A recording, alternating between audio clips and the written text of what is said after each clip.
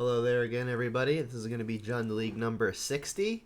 A bunch of things have changed in between last league and this one. Again, a lot of things have changed for the reason that the ban and restricted announcement got released, meaning that Uro was banned alongside Field of the Dead, Mystic Sanctuary, Simian Spirit Guide, and Tybalt's Trickery.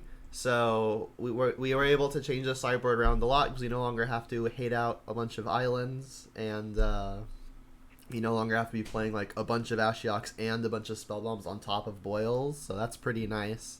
We were also able to tweak around the main deck because we didn't need to like be playing spell bombs in the main, for example. So let's quickly go over why I decided to build the deck as I have it currently. So with the predominant mid-range / control deck falling out of favor, being Uro, I expect more mid-range and control to show up, mainly because you can now compete with other mid-range and control decks. Like it's the only mid-range and control deck isn't just the one that contains Uro. So now since there's going to be a bigger diversity of mid-range and control, I expect there to be more mid-range and control. And for that reason, I've reduced the number of lands in my deck. While double spelling is still pretty important to pull ahead in the early to mid game, playing against mid-range control means that games are going to potentially go longer, so having fewer lands is probably just fine. And in the event I keep a hand short on lands, I've got 6 powerful 2-mana plays that can help steamroll some card advantage and pick up a few more land drops, as well as some additional spells in the case of Dark Confidant. In a mid-rangey format, I think Dark Confidant is excellent. Liliana of the Veil, now that Uro is gone, I think Liliana is a 4-of again. Obviously, it was pretty poor versus like all the Mystic Sanctuary Cryptic Command decks. Obviously, terrible versus Uro as well. But Liliana tends to be pretty great versus mid-range and control in general, so here it is as a 4-of. Purely as an experiment, I'm trying out 3 copies of Kolaghan's Command. This card is just particularly strong when there's a bunch of mid-range and artifact decks going around, and there seems to be a lot right now. And then Bloodbraid's still probably the best curve topper that Jund has available. And then to round out the threats, we have the 2 copies of Kroxa, Titan of Death's Hunger, the more balanced Uro counterpart, and then the recently unbanned, jokingly, Tarmogoyf. I was never really convinced that this card should have been a 4-of because against decks like Uro, it just severely outclassed. And against the decks that Uro kind of brought along and its tide that didn't necessarily play Uro, but like the decks people played to beat Uro, Tarmogoyf just really wasn't that important of a threat. Like generally, a big beat stick just wasn't the way to get there. But now that the format is quickening and also long and going long, like there's not as much middle ground, Tarmogoyf can be great because it can end the game pretty quickly, and additionally, it can provide a big beefy threat that could act as a lightning rod to save the things that you want to stick around, like Dark Confidant, Liliana, Kroxa, the like. So I'm also playing a 3-3 split of Push and Bolt because there's lots of shadows and glyphs that we want to be able to kill, and Bolt doesn't always do that, but I still like the reach that Bolt provides. Pretty standard split of 4 Inquisition, 2 Thoughtseize, and to round it out, I'm playing 1 copy of Abrupt Decay. Over in the sideboard, there's a lot of burn occurring right now, which we're going to go over in a sec in the metagame breakdown. So I wanted to try out 2 copies of Courser of Krufix, which is an old favorite of mine. The cool thing about this card is it's really great versus the aggro strategies, and that it can gain life, and it provides a pretty decent body to stonewall all of the opponent's creatures. But Courser is also pretty excellent in the mid-range control mirrors because it doesn't really matter if your opponents know what you're drawing as long as what you're drawing isn't land. And Courser does a pretty excellent job of ensuring that you have a never-ending stream of gas, especially in those mid to late games against mid-range and control where you really can't afford to draw multiple lands in a row. For my Grave Hate, I've got 2 copies of Spellbomb, and that's just about it. That's all the Grave Hate I'm packing as far as this league is concerned, so I'm expecting to have weaker matchups versus the Graveyard decks. But against the more aggro-y stuff like Burn, we've got the Coursers, like I mentioned, we've got 3 copies of Collective Brutality.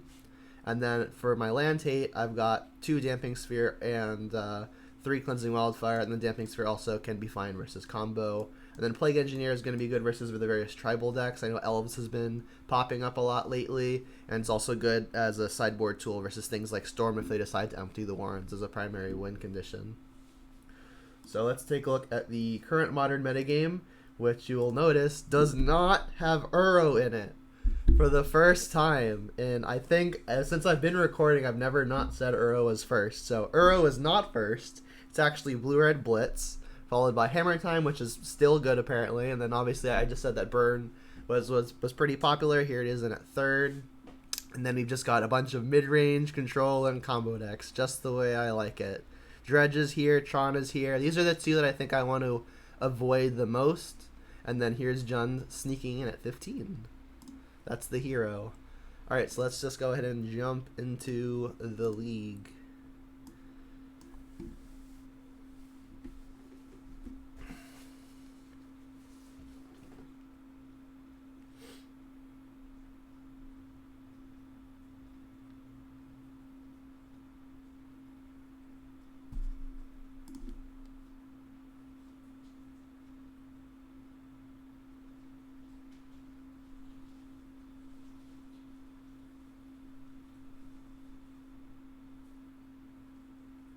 Yeah, stands good.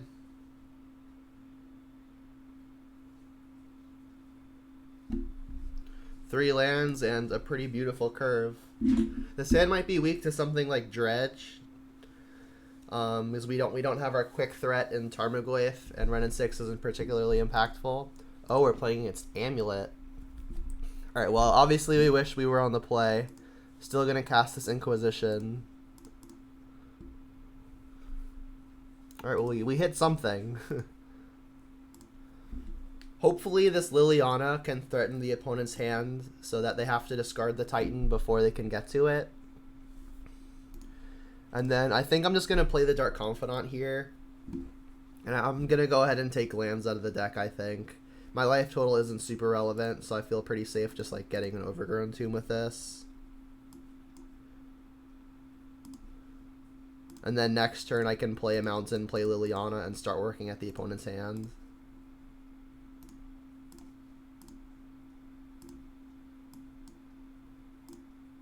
So they've got Titan and two others.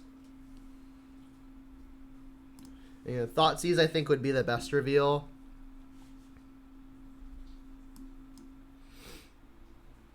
Just more lands. For those who have seen my more recent videos, you'll know that I've been pretty good at drawing lands lately. I doubt they're playing Obstinate Baloth. So let's just get in. And then see if we can shred the hand before they can land Titan.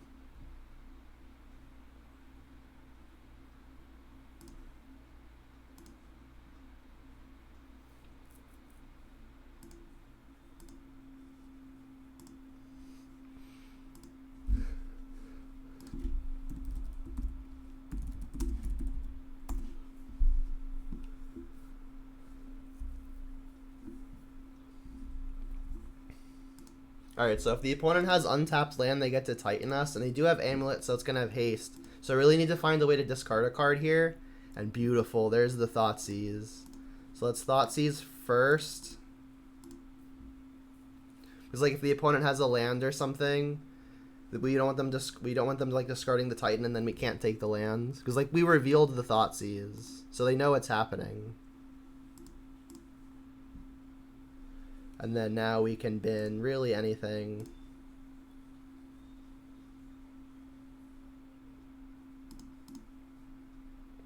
Then we can play the Renin 6.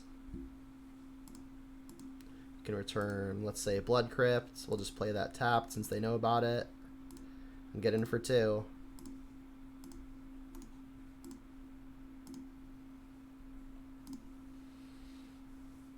Alright, so the opponent can now play Primeval Titan if they just happen to draw it off of the top. But we've got Liliana in play. So we want to find Kolaghan's Command now so we can like draw step it. Excellent, there it is. So we're going to plus, ditch literally anything. Because now we're going to be able to ultimate. So we're going to set a stop at the opponent's draw step.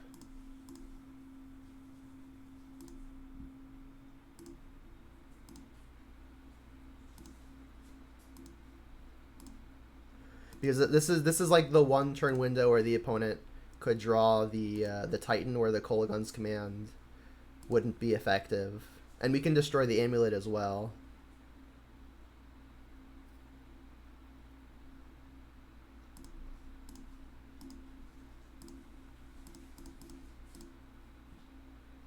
Yeah, Bob's doing the thing. You saw the flood yesterday? They drew Vesuva. Alright, so definitely just gonna pop off the ultimate here. And I am in need of another clock, but this Renin 6 ultimate might just turn into a bunch of lightning bolts. We do decay. Alright, so let's make sure that the opponent isn't gonna cast a Titan on us. Let's give him castle and I guess one other land. Let's make it the non-green one.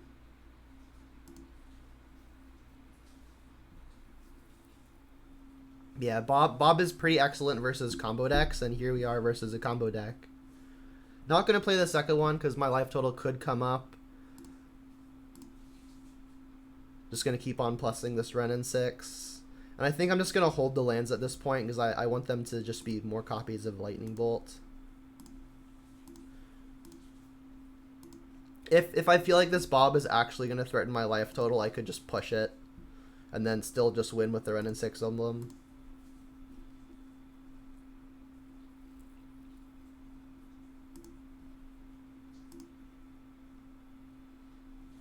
Let's just do it now.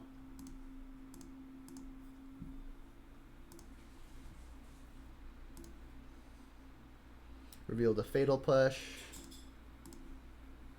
Get back a land. I'll play the Ravine.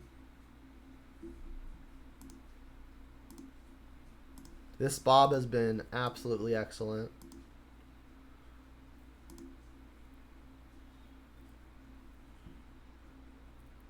Sick. Alright. So, Damping Sphere is going to be pretty great at disrupting the opponent's double mana lands. Cleansing Wildfire should be good as well for a similar reason. Brutality can kill Azusa and take Summoner's Pact, but that's about it. I don't know that it's worth it. I'm definitely bringing in these 5. Renin 6 doesn't kill a whole lot, so I think I'm taking that out. I believe I want to take out some mix of Push and Lightning Bolt. The opponent might be playing Dryad of the Illusory Grove. So I think I'm not boarding out all of my pushes, but I'll try to save the pushes for the Dryads and use the bolts on the other things. And everything else here seems pretty great. Maybe I take off like one top end. And this has me needing 2 cuts. I'm on the draw, so maybe like Inquisitions get worse. Definitely keeping Thought Seizes because those tag Titans. Gonna have to be wary of Obstinate Baloth as a potential sideboard card. I think on the draw, let's cut 1 Inquisition. And then we can cut maybe just another Renin 6. Like, it really doesn't kill a lot. It kills the Sakura Tribe Scout, but we're on the draw when the opponent is already going to get value off of it. Let's give this a go.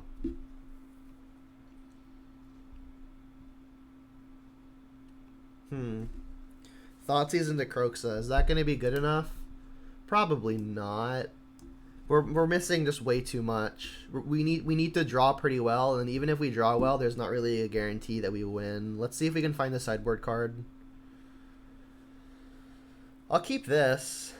I'll probably just bottom a Croak. So the opponent also is on a mulligan to 6. So maybe I should just attack the hand as much as I can. I kind of want to bottom this Renin 6. If one of these 2 lands was a fetch, I think I'd be more inclined to keep the Ren. I think I'm going to bottom the Bloodbraid and just try to do the kill everything plan. I've got a Threaten Croxa. It's a bit of a slow one, though. I think I'm just going to hope to find either a fetch land or like a Tarmogoyf or something. And I do think I'm going to Inquisition on 1. Still probably going to Inquisition on 1.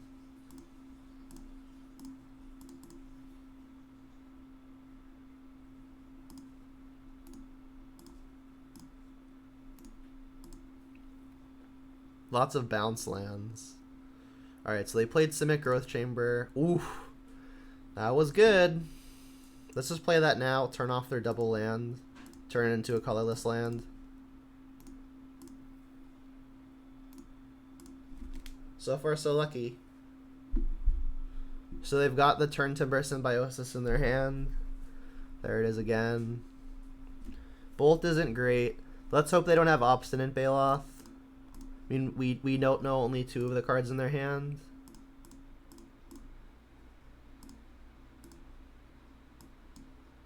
Baloth is a way we could lose this game, but worst case, I've got the Pulse for it. And I can't just not cast a Kroxa.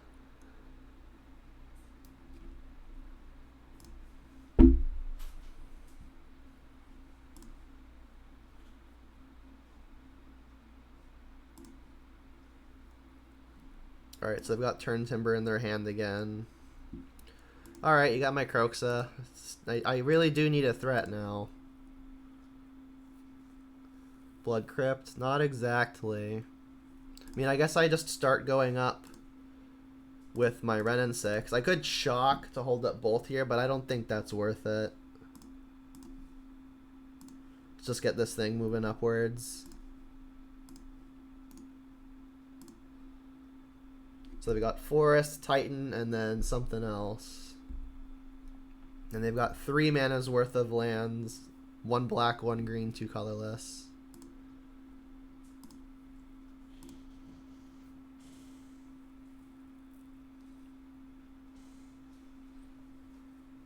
So they're 2 mana away off of Titan, one of which must be green. That was probably a best case. I mean, it's not a Goyf, so it doesn't attack very easily past the O3s, and even Goyf wouldn't attack past them very well. But, I mean, this is going to help us find additional disruption. Alright, so they need a green source now. Is it worth lightning bolting a Grazer? There's value to doing it on my turn as opposed to untapping and getting more information, because Damping Sphere makes my stuff more expensive if I cast multiples.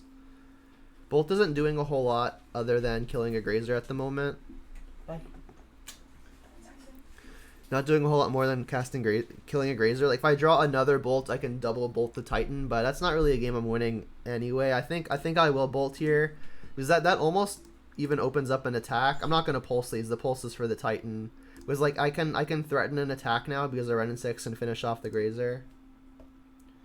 Yeah, their last card. Their card is Turn Timber. Yeah. All right. Well, Liliana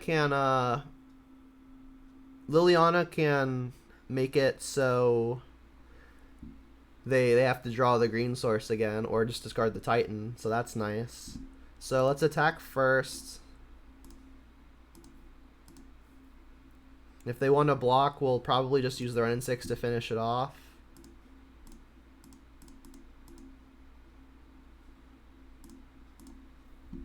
Ditch Inquisition. So do you want to spike the green source, or do you want to discard the Titan? Alright, they want to spike the green source. So, I mean, we've got Answer to First Titan, and they can't Field of the Dead us anymore, because that card is Bando.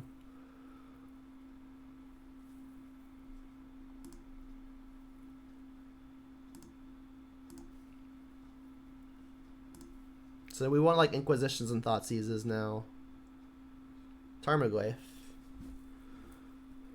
So I think I'm going to push the Grazer and then use my other 3 mana to Tarmogoyf here.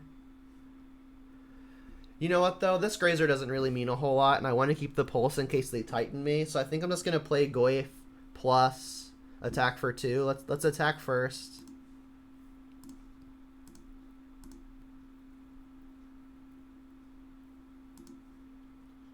And then I think I do want to just keep on plussing.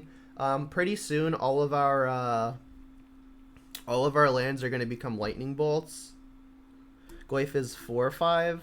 So the question is, like, do I want to just get this Grazer out of the way so the Bob can keep getting in for 2, or do I want to just be able to cast bolts? I kind of actually think I want to get this out of the way. Let's get this out of the way. I mean, lands are bolts as early as next turn. Here, let's plus first and get some info, because like we're discarding the push no matter what. So this info is free. Or they discarded Slayer Stronghold, so they're still trying to spike the green source for Titan. Yeah, let's go towards Emblem, because like this Pulse is gonna be good too.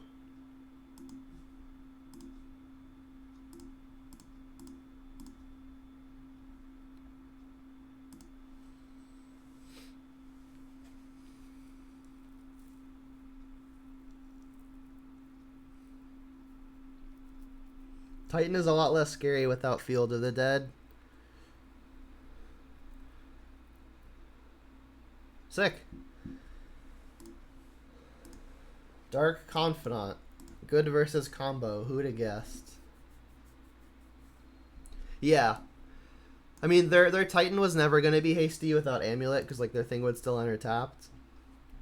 But them being unable to fetch it if they hit an Amulet is nice too. But they also couldn't play Amulet if they drew Amulet, because then they'd be forced to discard the Titan to Liliana. There was just no good situation for them. Alright, well, not keeping this one.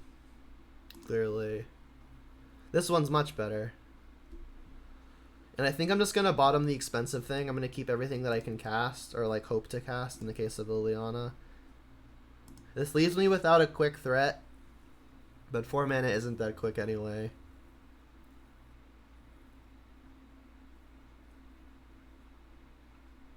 Is it Titan again? If it's Titan again, Goyf is a pretty great draw. They even mulligans? Oh, it's red-green Titan? Oh, they had Boros Garrison. I think it's just Amulet again. Sunholm, yeah, this is Amulet again.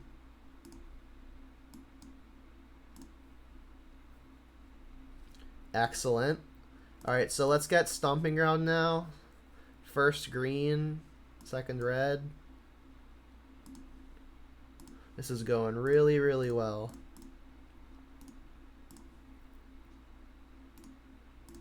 I mean, they've got the Titan, though, so if they just land it, I could be in trouble. Ooh, they drew the Amulet. And that's a new one. I mean, they don't have the green source to activate Castle of note. If they draw Bounce Land, though, they get to cast Titan next turn. I mean, I think I'm just going to get this Liliana down, start plussing. And I think Push has the least value. I may want this land to escape Kroxa.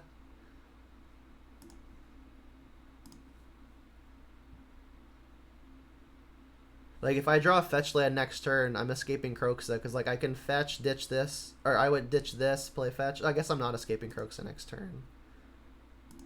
Alright, double strike land is gone.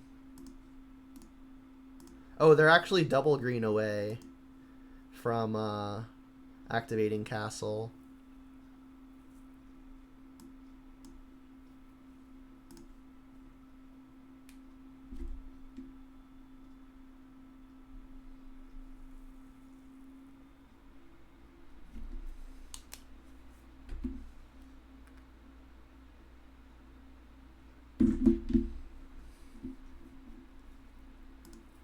So their hand is Boros Garrison Titan. And between Kroxa and the Liliana, we're going to get them to discard it. Playing this is weird to me, because like they know we've got Liliana in play. I guess they're just going to bounce any other land.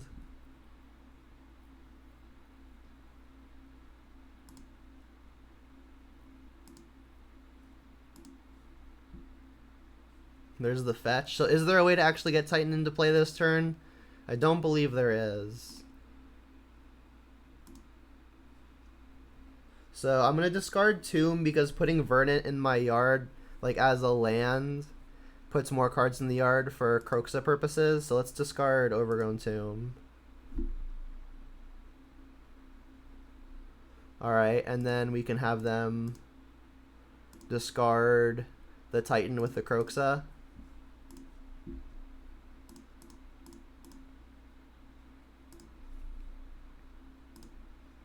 And then we'll have Kroxa next turn for sure, because even if the card we draw sucks, we can discard it to the Liliana and have that be... Actually, I guess Fetchland is our 5th card anyway. So this is looking really good. They have 2, 3, 4, 5 mana. So even if they draw Titan, they can't play it. So they have to draw land here. Okay. Except they're gonna bounce a land to their hand. So they now have the mana to put into castle. Or no, because they bounced Breeding Pool. That was a mistake from them, I think. Like, they needed the green sources in play to pump into the Castle Garenbrig. Because now they're just going to discard it.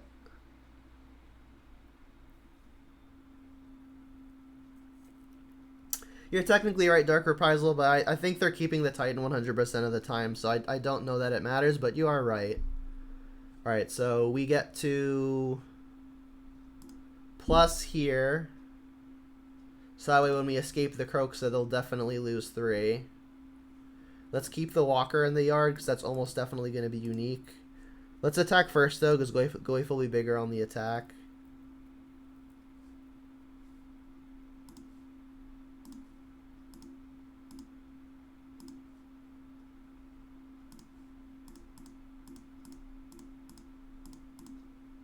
And again, I'm pretty sure Ren and 6 is the most likely to be unique, so I'll leave that. Thanks for the resub, Chaos. Hey, hey.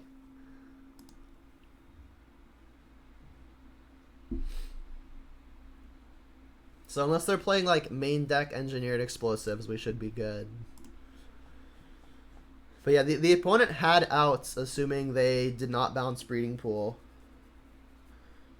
Alright, I'm just going to do the same thing I did last time, I think. Well, it was like 1 off of the top, 2 Ren and 6s, an Inquisition while I was on the draw, and like 1 Fatal Push came out. I think that's what I did last time. Wait, this is 61. What was different?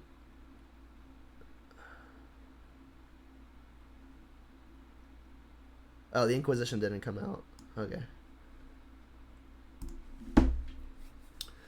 Kitchen Finks yesterday, not currently. The opponent kept 7. Turn 1 Inquisition is nice, but we're on the draw when it's worse. I think I want to at least go down to 6 looking for either a Damping Sphere or a Cleansing Wildfire. This hand doesn't have a quick threat, so like even if we find the sideboard card, we don't necessarily have a way to leverage it with some damage. So I think this is a close mulligan, but a clear mulligan. Much better. So we found the sideboard card. We've got 2 ways to kill a thing. I think I'm going to bottom the Bolt, because if their thing is the Dryad of the Illusory Grove, I want the push to be able to kill it. So let's bottom Bolt. You watched the VOD? Yeah. Yeah, Finks did okay. It wasn't outstanding. Alright, Sunhome on 1. Wow, Bob is a really excellent draw here. Let's get a Blood Crypt and just cast an Inquisition. This probably means they've got like bounce land that they intend on playing on 2. They've got Tracker, Summoner's Pact, Reminep, Excavator. Excavator makes my Cleansing Wildfire a little bit more awkward. This Tracker is going to be a nuisance in general. They've also got Karn the Great Creator. Alright, we've got the Pulse for that. I think I'm taking either Excavator or the Tracker. Let's take Tracker, I think. And then I can use the push on Excavator, but I'm going to have to wait until after they play the Excavator to Cleansing Wildfire, which is fine because I've got the Dark Confidant to fill that curve slot. They've got a very threat-heavy hand. So, like, considering their hand is so threat-heavy, maybe I should have taken Pact just because it's the unique thing. They drew Colony Garden. Okay. Bloodbraid. Not exactly what I'm looking for here. Alright, let's get Overgrown Tomb and then play Dark Confidant. Yeah, I'm pretty sure this is Amulet. A while ago, they integrated Karn into the deck, but Uro kind of pushed it out.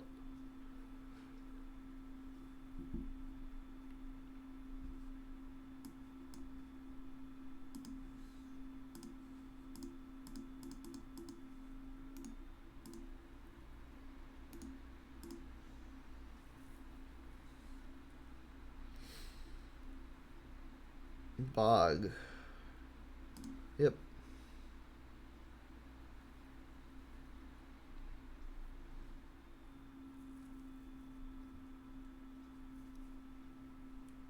So they draw untapped land next turn. They can play their Karn. Let's see if we can find a land in the top two. Blackleaf Cliffs, Bob? No, we drew a Kolaghan's Command.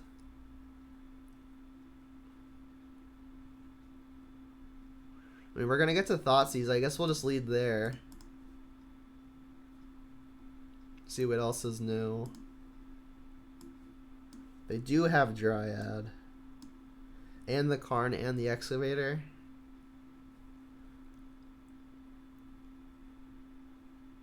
It's going to be rough. It's just a lot of things I have to deal with.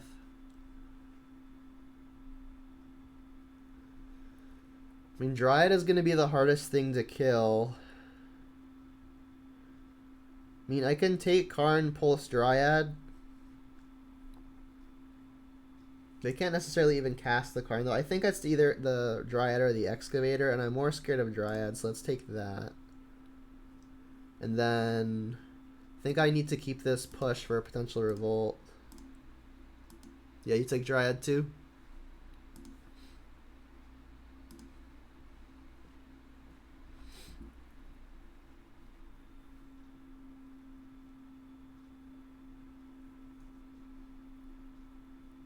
Oh god, that's like gotta be their best draw, because now they get to Karn as well.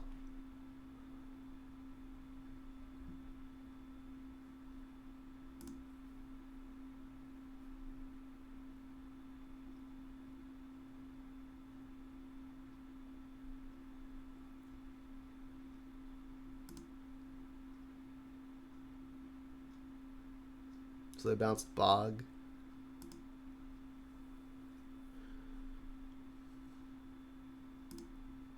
So land trade would be big, because then we can Kolaghan's Command to kill the Amulet and the Karn after we push the plant out of the way.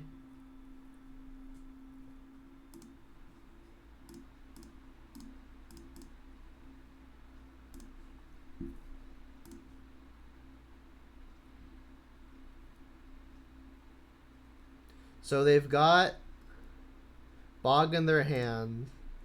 They can Excavator back the land, which makes it a little awkward. I mean, I definitely want this Karn to die, so it's just a question of how I want to do it. I'm pretty sure I want this Amulet to die as well, so I think the turn is going to be play Swamp, attack Karn, and then Kolaghan's Command to finish the two off.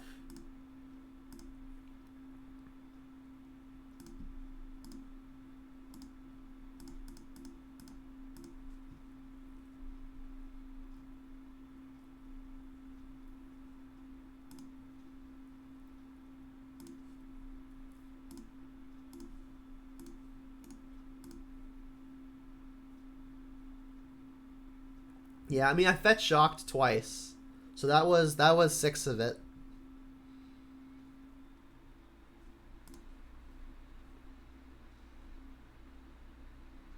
Bolt can take care of Excavator, which is nice, but they do know of Bolt. Let's pop out the cards that they know of here. Targeting themselves. I guess they're trying to make my Tarmogoyf smaller. I also Thoughtseized which was more life.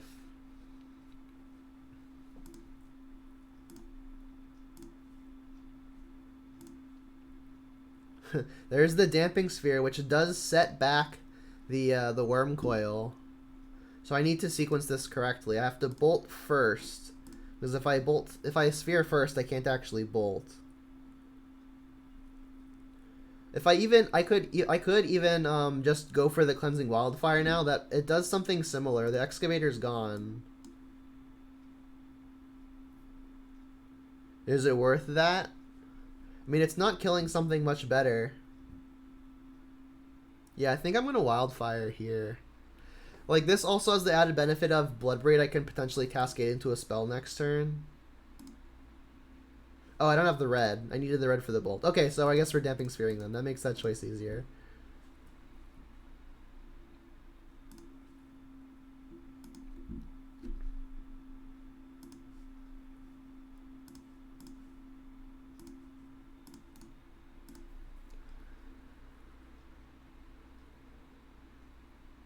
Yeah, I don't have Untapped Dread. You guys both caught me. Alright, so... Yeah, they've got 6 mana anyway. The Coil. We've got the Pulse for it, but then it's going to be difficult to beat just like the smaller germs. Goyf? Goyf. Alright, I'm pretty sure we're just dead here. I can Pulse this. And that's it. Yeah, we're dead. Worm Coil beat us. I guess Karn beat us.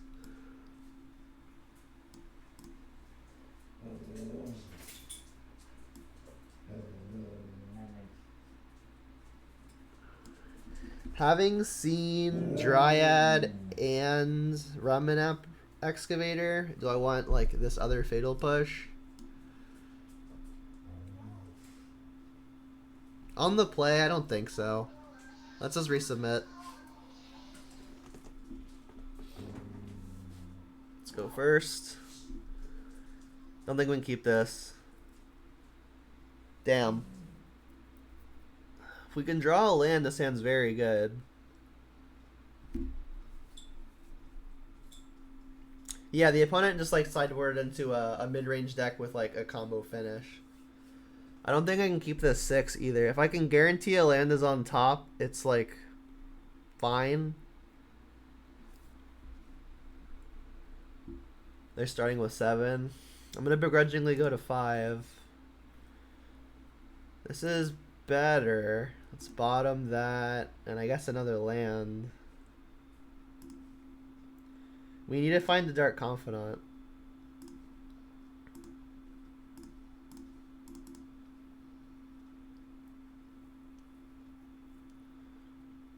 Renin 6 would be fine too.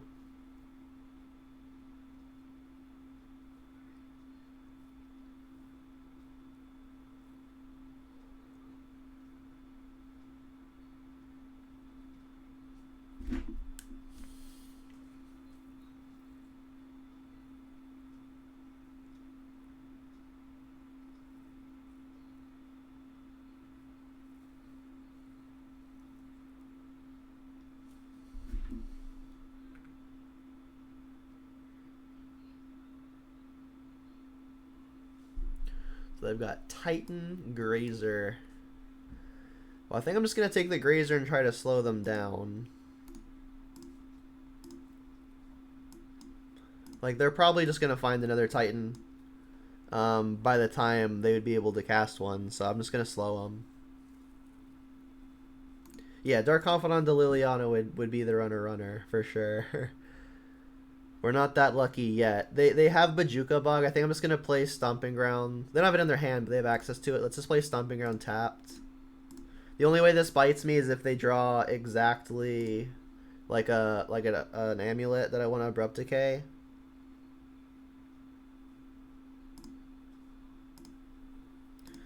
Alright, come on. That's okay.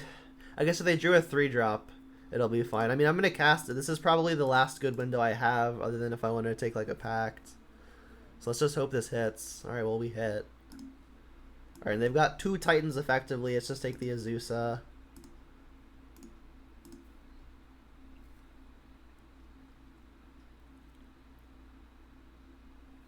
We're slowing them down plenty, but we don't have the pressure to back it up. So I don't think any of it matters. Need mulligan to 5. You can't have it all.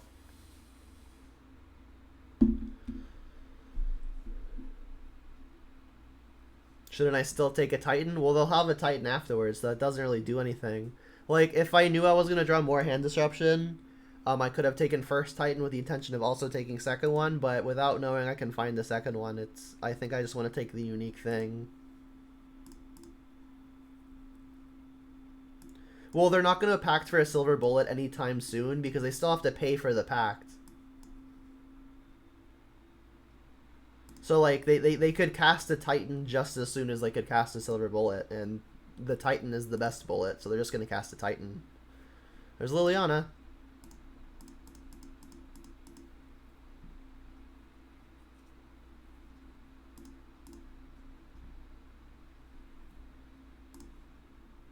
Keep the decay in case they find like Amulet or something.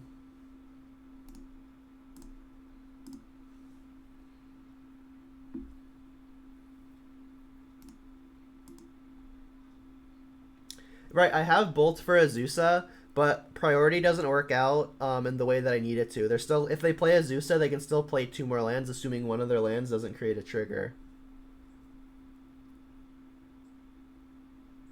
Thoughtseize is interesting. Like, they just tightened me right here had I not taken Azusa, because they would have had 2 more lands in play.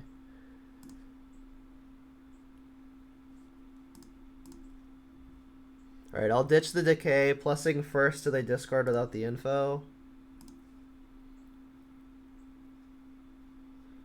I mean, I'm just gonna get Titans no matter what.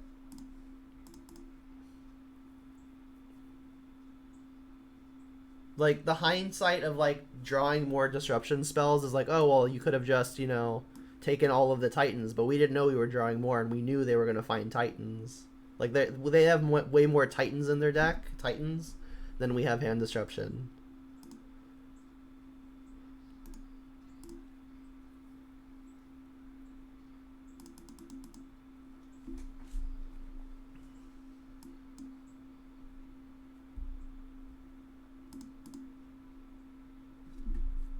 Alright, so they have to Colony Guard in here. So that way the Liliana doesn't just kill their Titans. So if we draw spot removal to kill the Garden, then we could get there. If they get like Colony Garden and then copy Colony Garden, then it'll be much harder. We'd have to find exactly Pulse.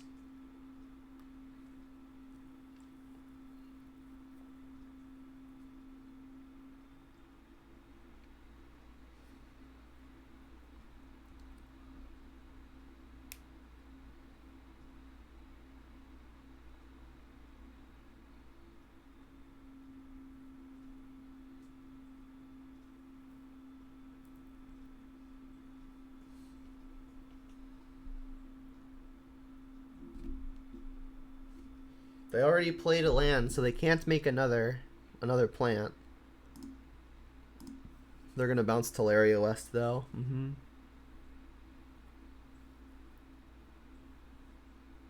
Wow. That's really, really strong, because that has them discard a card as well. Alright, so you'll discard, kill the plant.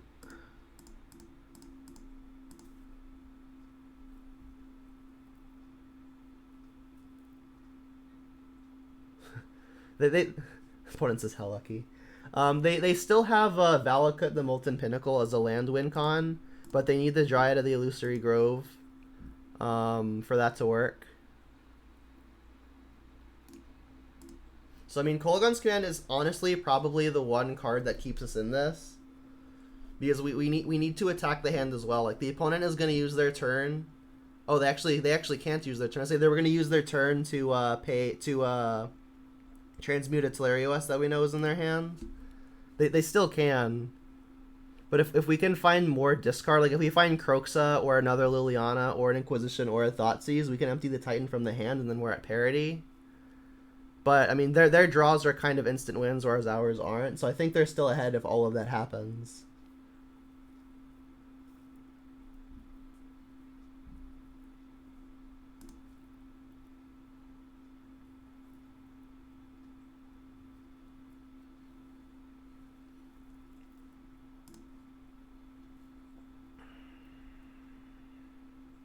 So any hand disruption, Kroxa, Liliana, Kolaghan's commands. So we've got like 10 things to deny a Titan. Land is not one of them, unfortunately. So they'll ditch the forest and keep the pact, and then they'll just Titan me again. And then they can Vesuva their garden. Or they could just bounce the Colony Garden and play the Colony Garden. So that was a big miss, but I mean, we were lucky enough to just draw the Kolaghan's Command in the first place.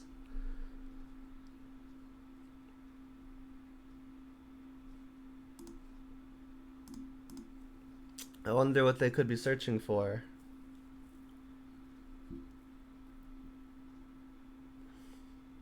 So yes, as long as they make make plants here, they're probably fine. Like, they should probably get, like, Bounce Land Vesuva, make a plant, then, like, replay Colony Garden, make a plant, so that way a single removal spell doesn't have me killing their Titan again. Unless they want to, like, set up another Teleria West. They've already used 2. There's no guarantee they've got a 3rd.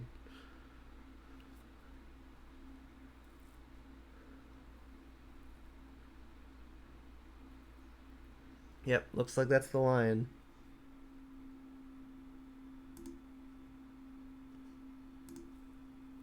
So yeah, they should probably just bounce Garden and play Garden. So now we need exactly Maelstrom Pulse. There's 1 in the deck.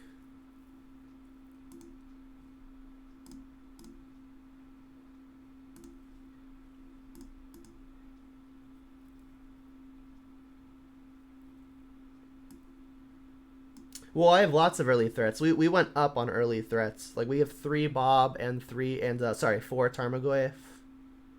Usually that number is lower. Croaks is not really a 2-mana threat, right? Alright, we need Pulse. It's not a Pulse. So do I want a plus or do I want a minus to kill a plant? I think I'm going to minus to kill a plant. Because, like, this at least means they have to attack the Liliana, because if I draw a removal spell, Liliana kills Titan on the following turn.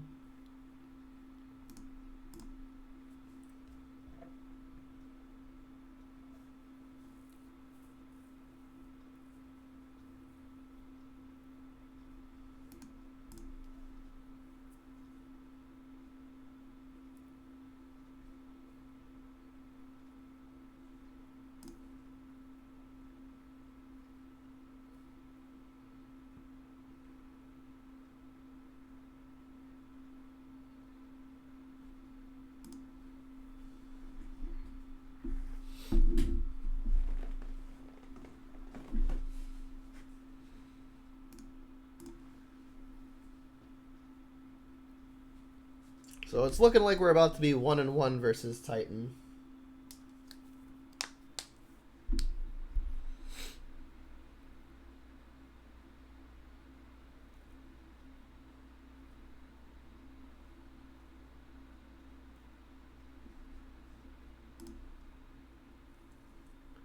So how do we kill this Titan now?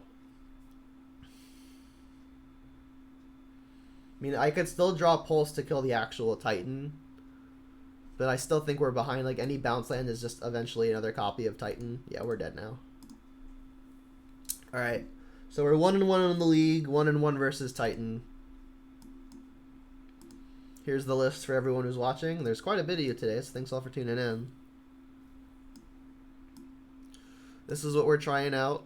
We've got a few oddball considerations, and this is all just to see how certain things feel, not necessarily because I think they'd be the best. Like Courser, I don't know that would be even close to good enough, but we're trying it out. Like, the idea, for example, is it's good versus burn, and it's also good versus mid-range and control, where, like, you really just don't want to be drawing lands.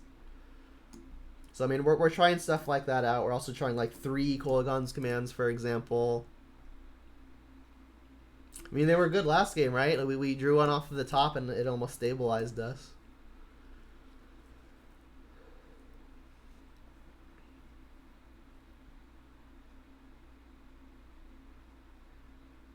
They're saying I don't have one what in this game?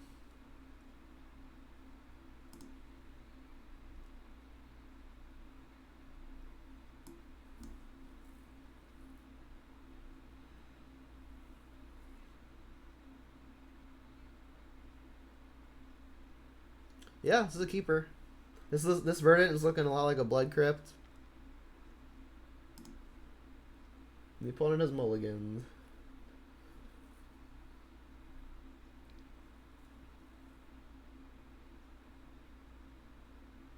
Uh-oh. Uh-oh. I mean, we've got double Tarmogoyf, so we've got some of our best clocks. That's one of the better ways to win the game, is to stick a fast and early Tarmogoyf. Being on the draw is going to make it much harder. Okay. We brick. But the real victory is we've added sorcery to our graveyard.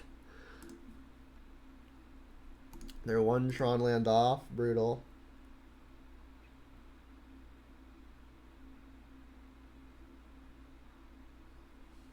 Yeah, it's kind of like a repeat of the first league. We've got the decay for the map, though. I mean, I kind of just have to do that or they're assembling Tron. Gonna have to wait a turn on playing Tarmogoyf.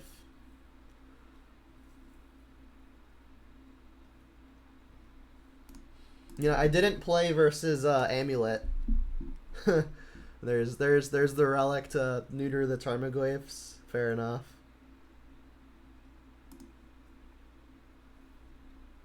I imagine they're just gonna pop this. Maybe they're trying to hit lands. They didn't pop it. I think I'm just gonna play the Dark Confidant because the Goyfs are about to become smaller anyway. So I'll play the thing that I know is gonna be able to attack.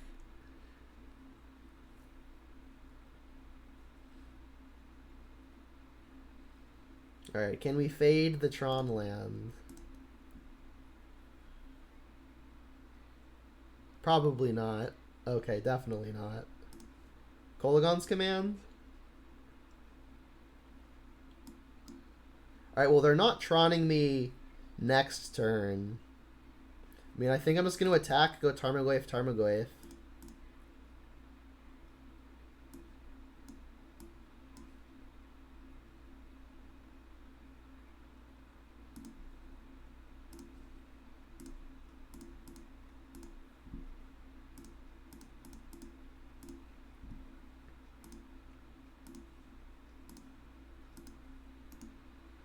Alright, don't just rip the Tron land and play Wormcoil here, please. Goyfs aren't that big right now. So they'll have 7 mana at a minimum next turn. If they're deciding to crack map, but you gotta assume they're gonna do.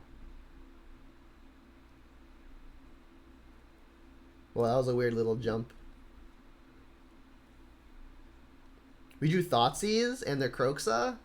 Holy moly. Alright, well, we revealed the Thoughtseize. This is what they know about. That was a really good draw. Alright, so let's lead on Thoughtseize.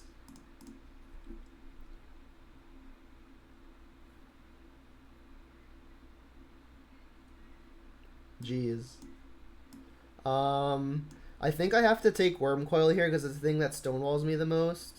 Like, they can Karn... They can Karn and get a something that costs 4 and play it immediately, which is probably gonna be like an ensnaring bridge. But if I take the Karn and then play the Wormcoil, that's not a game I'm winning either. I think I have to take the Wormcoil here and then hope to draw a Kolaghan's Command. I think that's the clearest route to victory that I've got.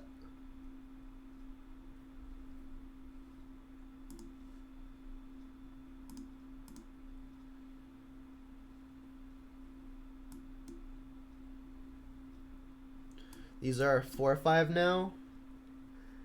Should I Kroxa now? I probably should. The thing is, if I Kroxa now, I can't cast another Tarmogoyf. I mean, this is gonna stop. The Ensnaring Bridge is gonna stop my Tarmogoyfs all the same. This is currently an attack for 10. Is there a reason to play Goyf here? I guess the reason is I probably don't want to play Goyf because if they draw like Oblivion Stone, I'm gonna need some backup. I guess I'll just do this then. We know Inquisition can't hit anything. Like this might add Planeswalker to make the Goyfs hit for more. Nope.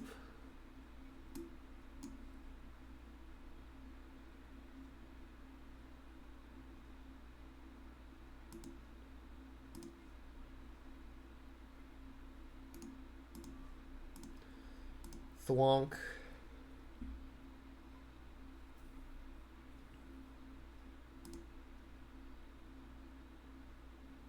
Alright, so we're looking for Kolaghan's Command.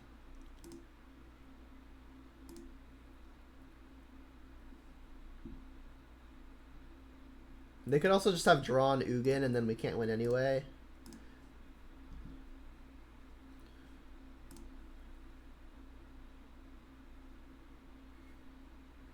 This has gotta be bridge. Yep.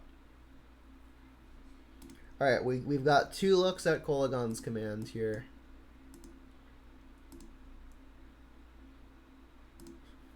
Two looks at the K command. Three successes. No, just some lands. They've got 2 cards in hand, so Dark Confidant can attack. I could pop Nurturing Peatland as an additional look at it immediately. I think I will.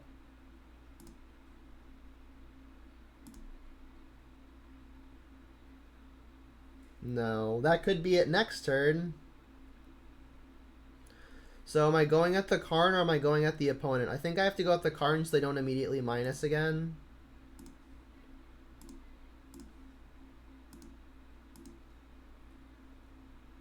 Abrupt Decay would work, but we've already used it. They exiled it with the Relic of Progenitus. Maelstrom Pulse is another out, though.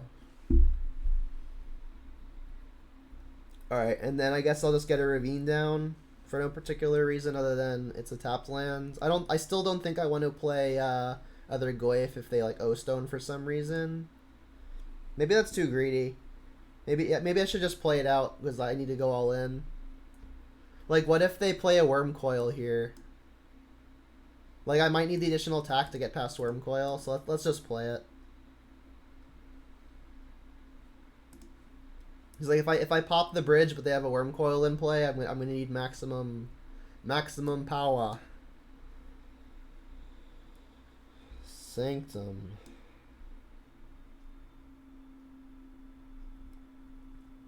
So I'm gonna have if my Dark Confidant doesn't die, I'm gonna have another 3 looks at it between the draw step, the flip, and whatever Bloodbraid decides to hit. There are 3 successes, 3 Kolagon's commands, even Maelstrom Pulse, so 4 successes. If they have like 1 copy of Walking Ballista, I'm gonna be upset. It's like play it as a 1/1. Emrakul, the Promised End. And they should probably just nuke the Bob here. They drew a Relic?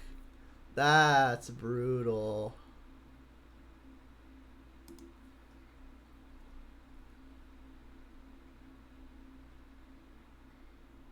Alright, so their hand is Emrakul. Exiling a land? That I don't quite understand. I'll read that long comment in a sec. I mean, we need to find Maelstrom Pulse or Kolagon's command, and then figure out how to work around this relic.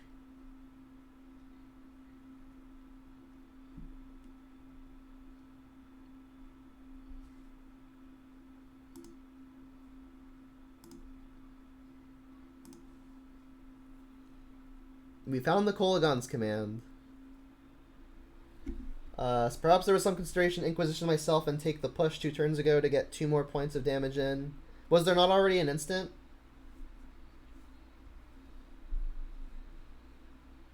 I guess there hasn't been, right? Because there hasn't been yet. Oh, no, there's Decay. Oh, but they exiled that already. Alright, so is there going to be a way to do this? If I shock this, attack, 2 to them, kill the bridge... Well, it's happening this turn no matter what, so let's just maths for blockers it. I guess I have to do this first, though, right? Alright, so will 2 to you kill a bridge? Yeah, KO Diamond's got it. So yeah, 2 to you, kill the bridge. Where this thing has so many modes. 2 to any target, destroy an artifact. Destroy an artifact, 2 to a target, you. Bam.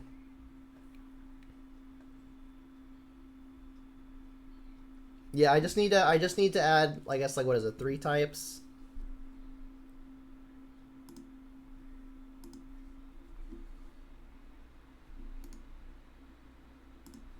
Attack you, opponent.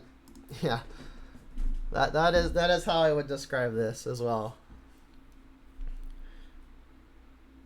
Alright, so that's gonna resolve. And then I can add 2 types. Hit you for 6. Dece. Yeah, Xaxes always feels really good. Alright, so we're playing against Tron. Let's bring in the obvious Tron hate. That's kind of it. Running 6 kills, actual nothing. Pushes do the same. Probably just another run in 6. Like, everything else seems pretty serviceable. Having that one copy of Abrupt Decay really came in clutch, killing the opponent's relic. Or not relic, the map.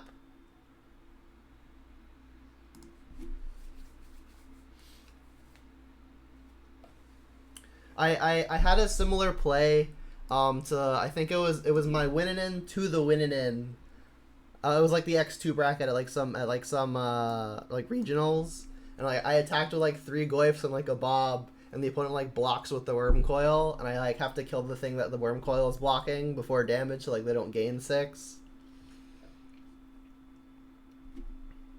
Courser of Crewfix is for burn and anything mid-range and control. Alright, we've got Thoughtseize into Damping Sphere and the Kolagon's command. I don't think I can mulligan, but we do need to find a threat. There's the map.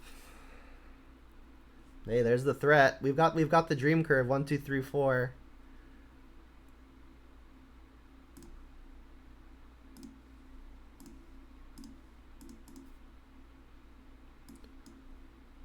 They've got Sylvan Scrying, Claim, and a Worm Coil. Hey, thanks for the raid. I appreciate it. Welcome, everybody. So, the Claim can kill the Damping Sphere, so I think I have to take the Claim and then just try to beat the opponent before they get the Worm Coil in. So let's take the anti-Damping Sphere tech. So for those just joining, we are currently 1-1 in this league, and both matches were versus Amulet Titan. We're 3-2 in games. Alright, well, this looks like a pretty good spot to play a Damping Sphere. Bloodbraid's going to be a little awkward in that we're not actually going to be able to cast the Cascade card, but it'd be like that. I'd rather have the Damping Sphere in play than not have a Damping Sphere in play. Alright, they got a Blast Zone, sure. They played this mine.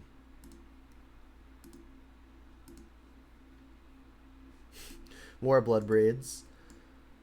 Should I cycle this to see if I find like an Inquisition or a Thoughtseize? All of these lands are tapped, so they don't really affect my ability to play the Bloodbraid. So I think I'm leaning towards cycling this to see if I find a Thoughtseize or an Inquisition. It did not. Let's Ravine pass. Yeah, it's Tron. The Tron Menace.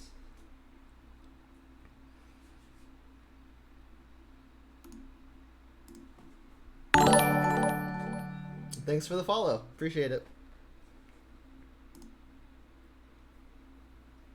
There's Inquisition. So we know that can at a minimum take Sylvan Scrying. I think I want to hold up Kolagon's command here, though. I mean, they're going to use this turn to blow the blast zone for sure. And remember, I can't Inquisition and Kolagon's command unless I'm like Kolagon's commanding on the opponent's turn, which is probably what I want to do. I could just Bloodbraid as a 3/2 haste, but I think I'm going to save those for next turn to see, like, actually get the Cascade spells. So the question is, like, do I want Inquisition or a Kolagon's command? Because I'm probably not doing both, because I want to get this Ravine down. Go with the BBE. Remember, I cannot Cascade, because I've got Damping Sphere. I'm leaning Inquisition. Like, the Kolagon's command doesn't have very many good modes yet, and we can also use the information that the Inquisition gives us to actually determine if we want to Ravine or Peatland. Yeah, the Sphere is a bit of a nombo with the Bloodbraid, but I think I'd rather have a Sphere as opposed to not have a Sphere. Because, like, this thing is one of the only reasons why we haven't gotten Worm Coiled already.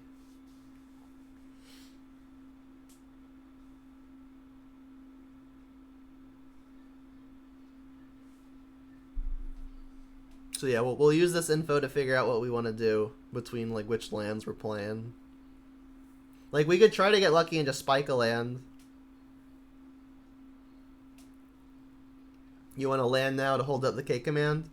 Yeah, I mean, the upside of playing the Ravine, Veil, is that we can actually cast Bloodbraid next turn and the Cascaded spell, because we can play Peatland on the following turn.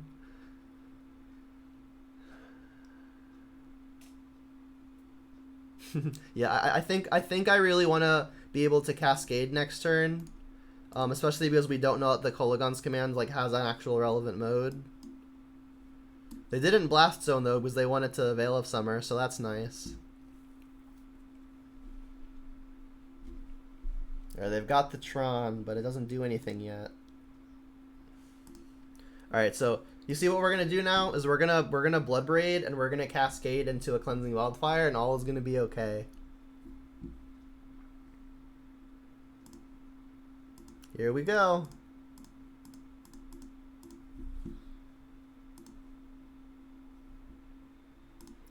Not quite.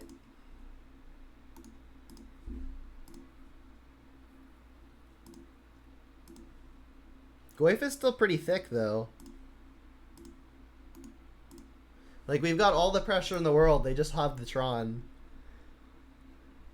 If somehow Wormcoil is their only payoff, we might be able to grind through it, but we need to get pretty lucky that they don't draw more.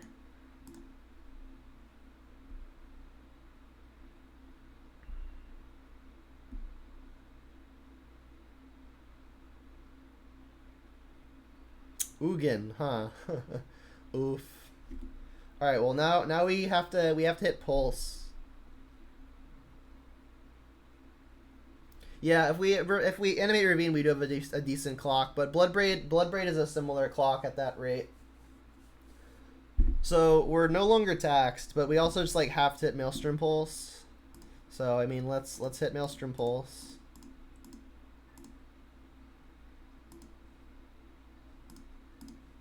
Thoughtseize, not exactly that. Alright, they have 2 more payoffs. I'm comfortable packing it in. Like, if they had 1 more payoff and I can take it, then it's only Ugin I have to deal with. But I can't overcome three things. Thanks for the follow, Ants of the Sky. Alright, any changes? I don't think so. Run it back. But yeah, Diamonds, there was I'm reading your comments. There's nothing we could have really done that. Like, the Damping Sphere was messing with ourselves. Alright, let's go first. Yes. I guess I'll Bloodstain Mire on 1. Do I just Swamp now to up the chances of drawing the land? I guess I can play the Mire first regardless. I'm gonna go Goyf on 2 to get some pressure going. And I think I'm just gonna throw the Bolt upstairs to grow the Tarmogoyf. So let's Stomping Ground, throw the Bolt upstairs. Like, my mana is going to be pretty tied up, especially with the Damping Sphere in play. So I think I just want to grow the Goyf as quickly as I can. Like, this Bolt, the only other use this Bolt could possibly have is killing a small Karn. Alright, so Goyf time. Right in 6, not a combo with basic Swamp. You don't like Damping Sphere? I've had it be good in the past. We didn't hit the land. Land would have been great there because we had to do it all, but we didn't actually have the Thoughtseize yet. Like, Damping Sphere, it really only nombos with Bloodbraid. This timing is really weird, because now we're attacking for another 1. Like, the matchups where Damping Sphere is good, it's so much better than, like, the detriment of not being able to hit the Cascade. Like, obviously it came up in back-to-back games, which is unfortunate. Land? Excellent. Alright, so I think we're probably holding up Kolaghan's command here. You're like, I'm playing both is the thing. I'm playing Cleansing Wildfire and I'm playing Damping Sphere. So, do I want a Kolaghan's command or Thoughtseize? I cannot Thoughtseize and Ren in 6. I'm thinking I want a Kolaghan's command here just because it costs more. I mean, if I Ren in 6, can I do everything next turn? No. We have instant and artifact in the yard already. It's rough. Yeah, like obviously I wish this was a Cleansing Wildfire, but there are 3 in the deck already. There are not many more that I can play. You want me to play 4 Wildfire? I mean, it's possible I should be if Tron is going to be this prevalent. We've seen a lot of Amulet in the meta, and Damping Sphere is better versus Amulet.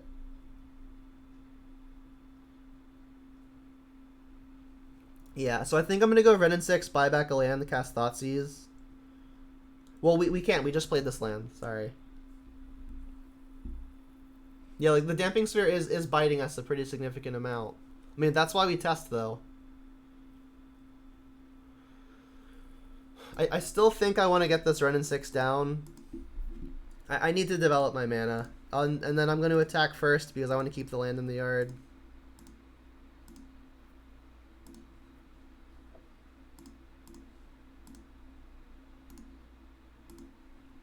Yeah, this sphere is being annoying.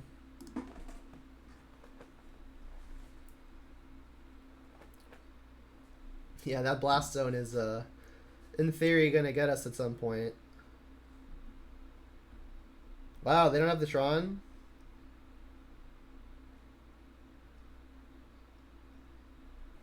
Alright, well, it's Bloodbraid time.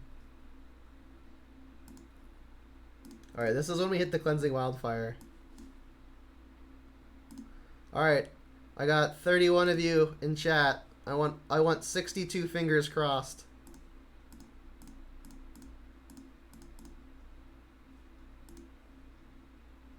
That's good too.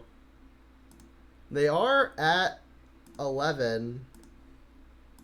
They don't have Tron next turn. We've got five on board, 2 in hand. We're 1 off.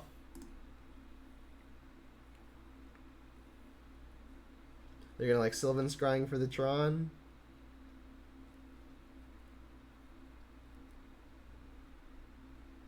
That's kind of like Sylvan Scrying. So they got Mine, Tower, Power Plant.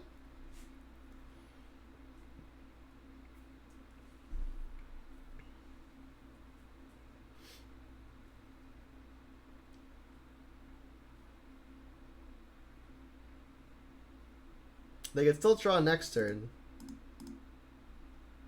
Can I just draw a bolt and like make it easy, please? No. Alright, let's I guess lead on the Thoughtseize. The downside of leading on Thoughtseize is we can't Kolaghan's Command back a Goyf and play a Goyf. But I think my biggest fear right now is losing to Ugin. Like if they Ugin minus, we've got the Ravine to kill them with anyway. So I think leading on Thoughtseize is the safest and just plan on casting Kolaghan's Command to not buy back a creature. Veil. They're just gonna gain 4. Should I Kolaghan's Command and kill their star so they don't gain 4? Should I kill that 2-to-you? Let's do it. Does it change the clock at all? So they'll be at 12. They're going to get attacked for 5 down to 7.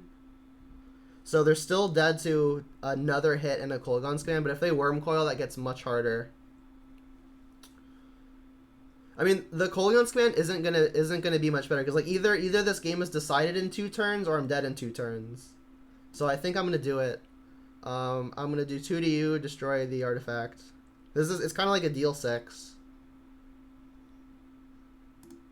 Destroy an artifact, 2-to-you.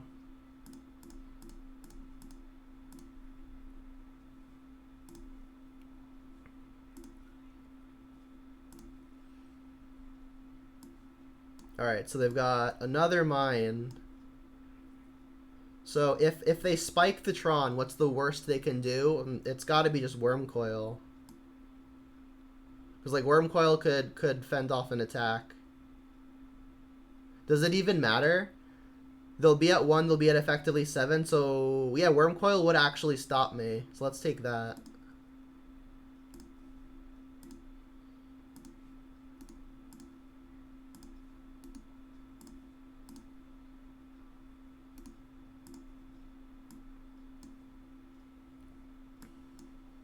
Like, Stirrings can complete the Tron, but if they complete the Tron and then do any of these things, I just win. So I'm not going to take the Stirrings. Like, the thing that actually bites me is if they're able to land the Worm Coil. And this disables that.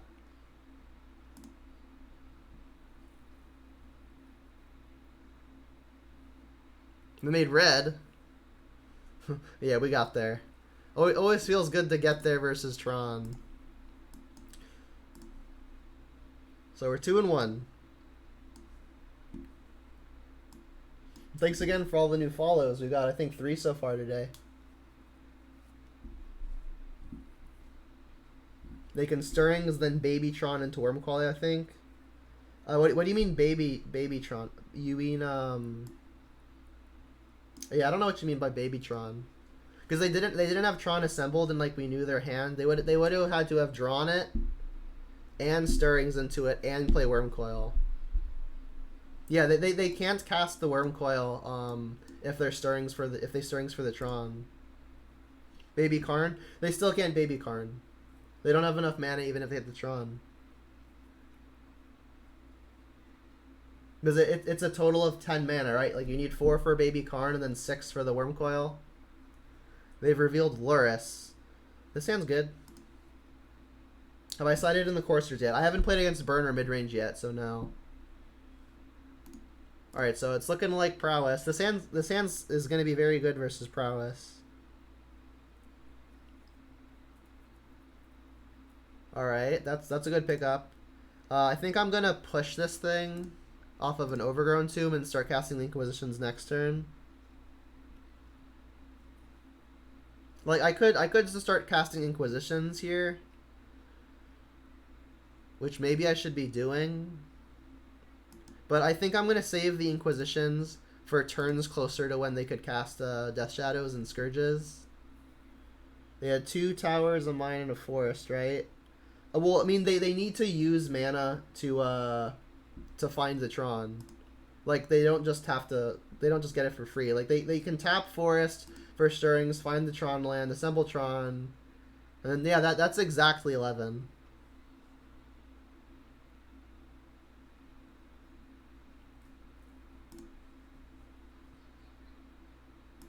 You want to do any more spells? Alright, I'm not going to play around Blood Moon here. I've got Forgotten Cave, so let's make this Overgrown Tomb, and then we'll just push this thing off a cliff. Or off the side of a boat, or whatever is happening in this picture.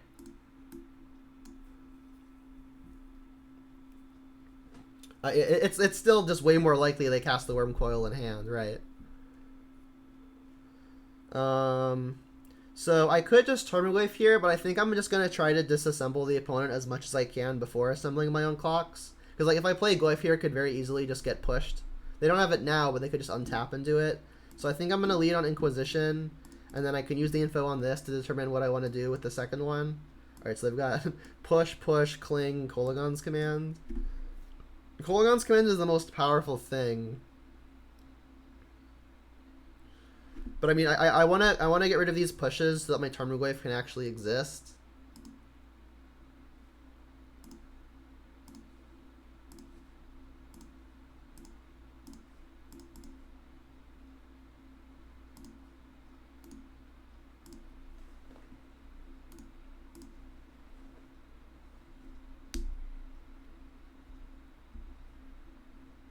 Ice Whisper. Let's pop this over here so I don't forget. I guess they were trying to hit a land and they just bricked. Alright, I could play the Ren and 6, but I think I'm just going to get my pressure going now. I mean, maybe I do want to just play the Ren and 6 and buy back the land, because having Forgotten Cave means I can start looping it pretty soon. I mean, this game looks like it is going to go pretty long, so maybe I do want to just assemble the card advantage engine. It's pretty unlikely that this Tarmogoyf is going to get there on its own. And additionally, playing Goyf could enable Scourges and Death Shadows, so I actually kind of like just getting the Ren and 6 down and trying to assemble the Forgotten Cave combo. Also, they've got Cling to Dust in their hand, which is another argument for getting the land out of the yard now.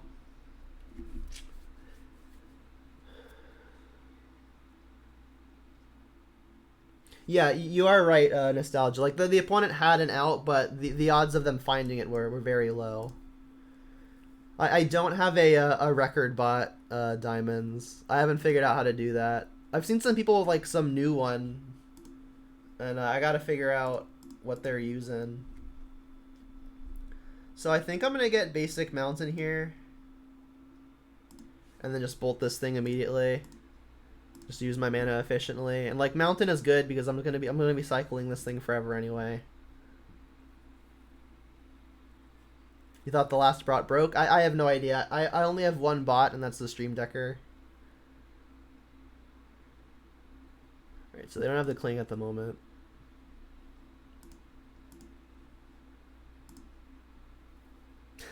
That's all of the Wrens. Alright, they don't have enough mana to escape the thing yet, so I think I'm just gonna continue to develop my mana while playing Tarmogoyf, and I can return the Forgotten Cave next turn. Norbut doing their best impression of being my record bot.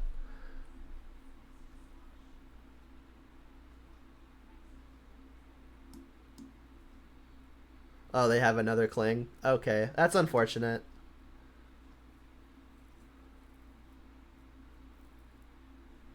Yep. This looks like a fine spot for a stomping ground. I mean, Ren and 6 Emblem might actually come up here. Ravine. I think I want to just go ahead and pulse this. I don't want them shrinking my Goyf.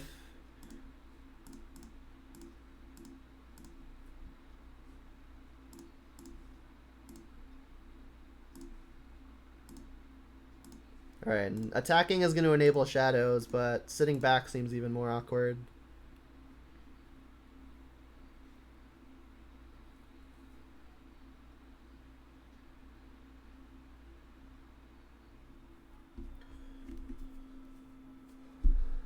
Got another Soul Scar anyway. They do have a Lava Dart still, but no mountain to flash it back.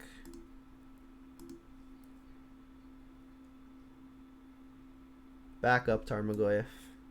If I attack and they like lightning bolt this, they'll still just trade. Maybe I want to activate Ravine. If I activate Ravine, I can't deploy a second Tarmogoyf though. And maybe I do just want to defend here because Ren and 6 is one off of just ultimating. Yeah, I think I'm just going to attempt an ultimate. Like if they don't draw another burn spell, they've got to throw something at the Ren and 6.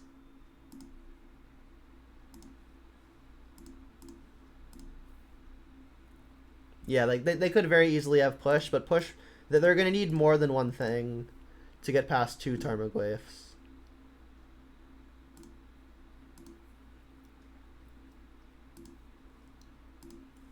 Yeah, I mean, I'm gonna make them compete versus the Ren. All right, there's one push.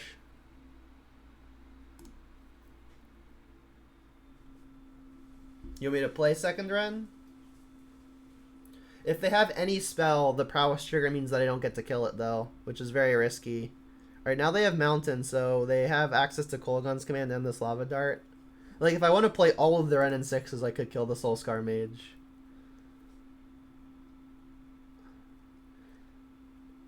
Alright, so blocking means that even the Kolaghan's command just kills it. So now that I know they've got access to the land, there's not really a good point in blocking. I'm just gonna have to accept that. I'm not ultimating.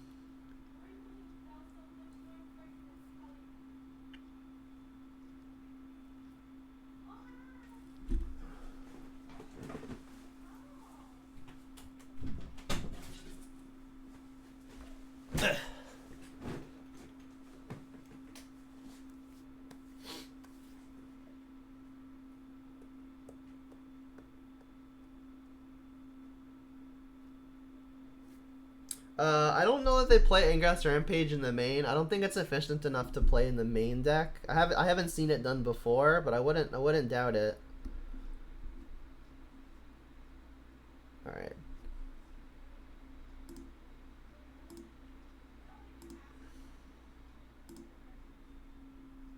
Alright, we're gonna need something good here.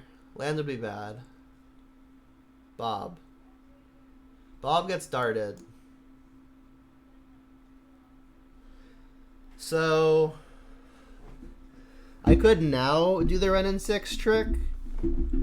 They still do have the lava dart, so I might have to expend all of my Ren and 6s to kill this, and then they still just have backup threat, so that doesn't seem good.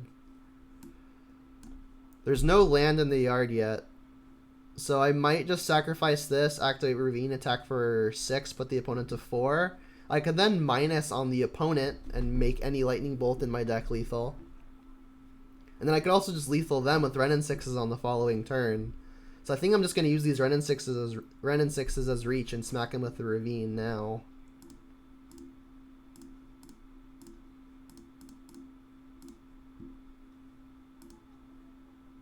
Oh, I didn't play the land first. Oops. That's bad. I needed a land to be in the yard. That's my bad. Still going to go for it.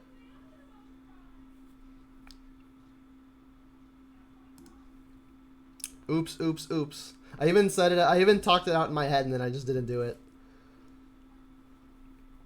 It would have been a guaranteed lethal too, because we'd had 1, 2, 3, they're at 3. Or they're at 4 now. Croxa. Alright, ditching Bob.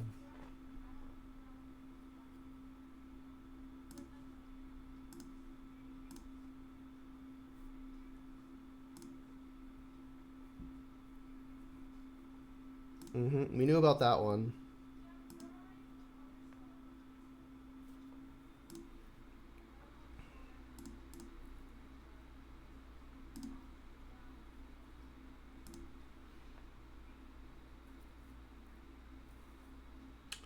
Bloodbraid is interesting. I mean, I feel like I should probably just do that now. This attacks for 2. They have a lava dart. The thing is, like, if they lava dart the Bloodbraid, a Soulscar gets to just eat it. I guess that's not technically true. We can Ren and 6 to kill it. I mean, there are a lot of things this could hit. Let's go with Bloodbraid here, because like I can't Ren and 6 and play both. I can't Ravine and Ren and 6 at the same time. So let's do it this way. It's like removal here is great, and like burn spells are fine too. That was one of the weaker things, but it's still castable. Take an Earth, okay. So now I have to worry about Lava Dart. So I've got perfect info, so I can take a sec to think about it. If I attack all and they go like block 1 each, they can Lava Dart this to save their thing, but then I can Ren and 6 kill that. And then I can Ren and 6 kill the other Soulscar. And then either threat is lethal if they don't. So yeah, I think we're just attacking both. You're saying Ren go to graveyard? Yeah, but I think I want to use the minus first. You're saying like minus first and then Ren and 6 to have that Ren and 6 go to the graveyard? It's possible.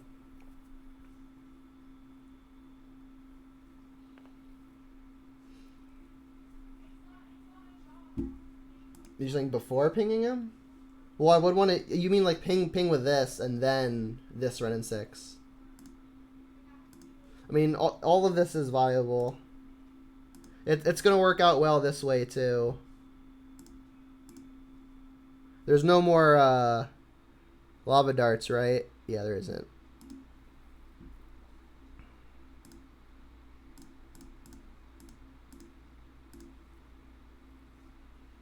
Keep the new one.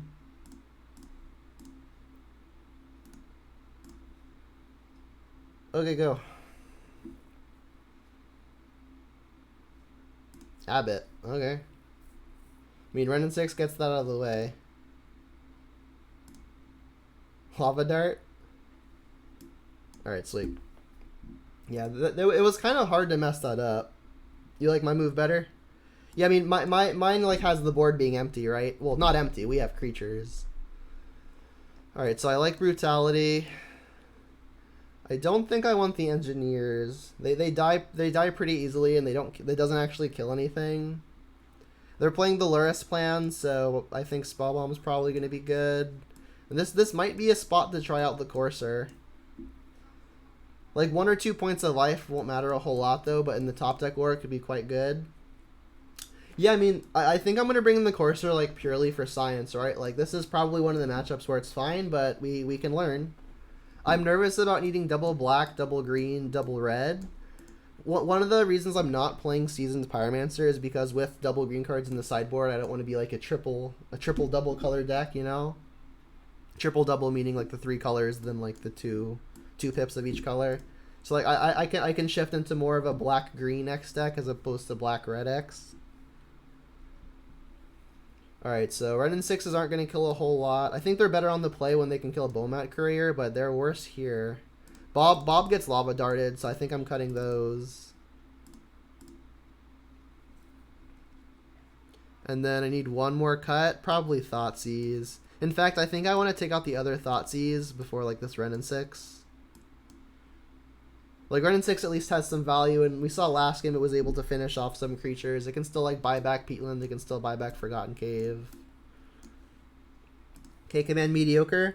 It is mediocre, but I don't think it's worse than any of these cards. Like, it's still just a fine 2-for-1. It's one of the slower 2-for-1s, but I don't think it's better than... I don't think it's worse than any of these. Kroxa good in the matchup? I think so. 6/6 is huge. And the discard a card ability can come up pretty often. So I'm going to prioritize black and green mana, and then red will be tertiary. Yeah. They revealed Luris again, surprise, surprise.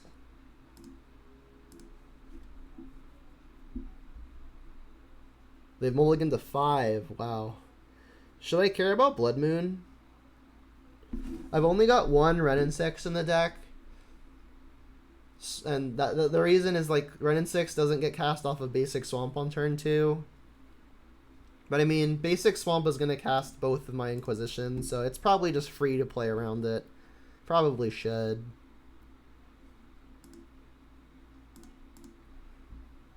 Alright, these Inquisitions are going to be real potent versus a mulligan to 5. Just take the threat. Just keep them on as low on actual action as possible. You like this a lot, Mycelium? You're one of the follows, right? Yeah, thank you. I appreciate your support. Who did they bobble? This thing is moving too quickly. They targeted themselves. I guess they're trying to do the scry effect. Alright, and we drew Verdant. That's pretty good, but Inquisition's going to get a lot worse starting pretty soon, and also we knew that they liked their top card, and they just drew their top card, so let's Inquisition. Like, these cards obviously get a lot worse when they don't have a hand, so let's use them while they're still great.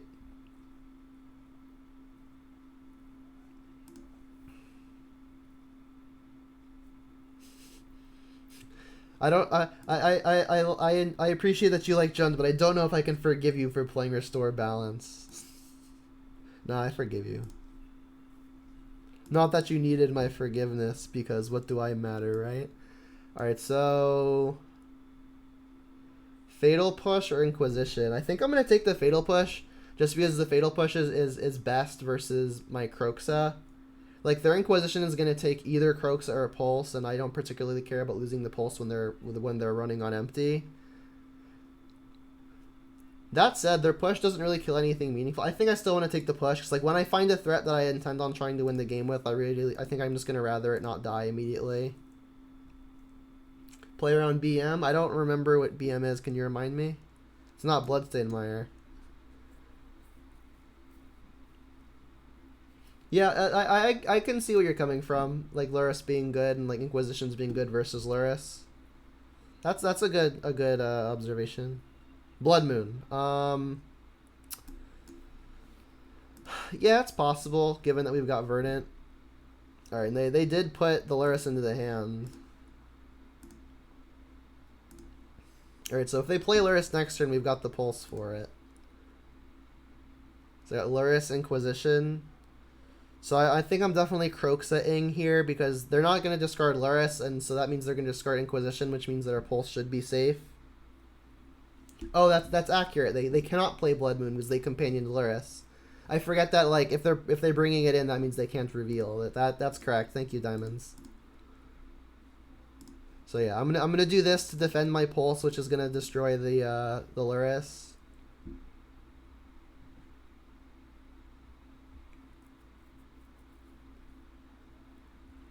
There goes that, and then I'll play the Ravine. Maybe I should be playing the fetches to fuel the Kroxa more quickly. Is it gonna come up where it matters?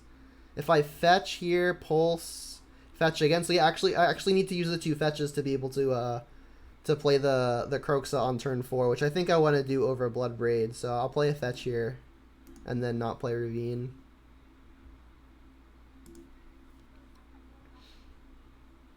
Yeah, they gotta take the Lurrus out.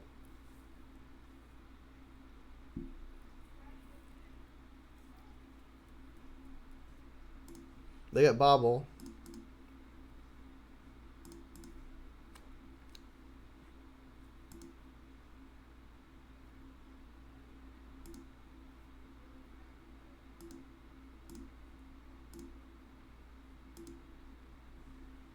Alright, so best case here is just like a 1 mana removal spell.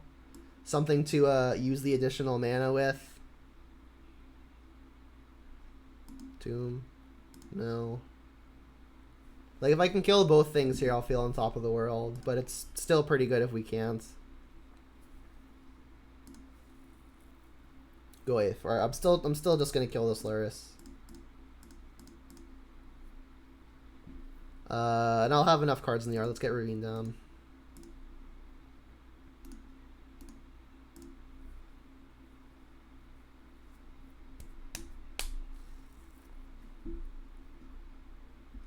I mean, they can still cooldowns command this thing back, so it's not gone forever.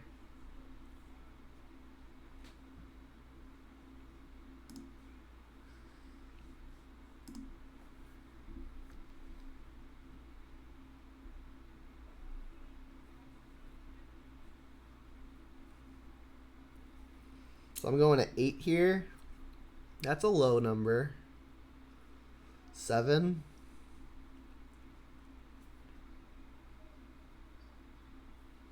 You know, I think this timing is correct because they know I can escape the Kroxa probably, and they want to have a choice of what to discard. More Blood Braid. Yeah, with the opponent having access to Cling to Dust pretty soon, I think I should just be escaping this Kroxa and hoping they don't have a way to destroy it. Black Bladder Grid, so that this can enter tapped.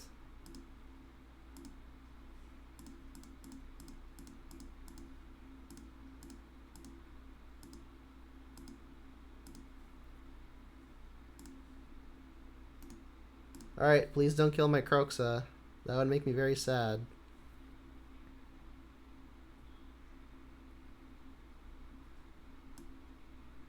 So yeah, like Diamond said, it's possible I should have like waited on the next copy of Inquisition because the opponent put Lurrus in hand and that made him loop the Bobble, which might have been the extra card they needed to pull ahead.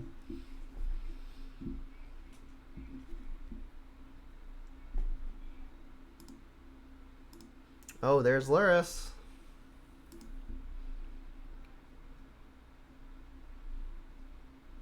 So this can get back, I guess. Abbott, not yet. They're just valuing the raw cards. And a push. That's brutal.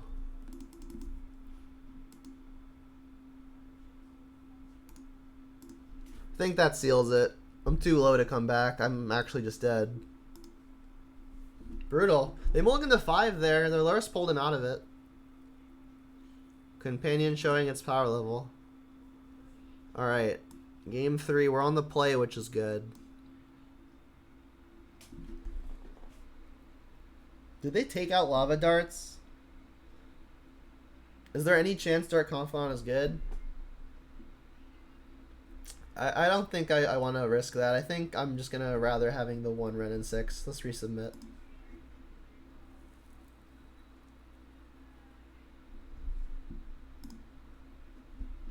Well, let's go first.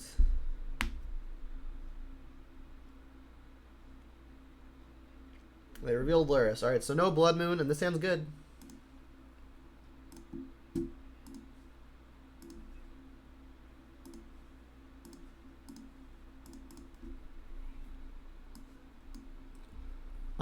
I think I'm just gonna take the 1 mana creature.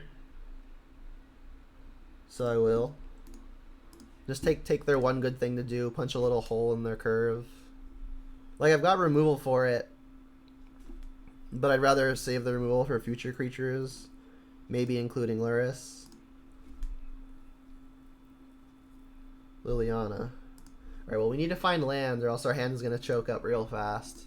Alright, so this is going to get Overgrown Tomb, first green, second black for Liliana.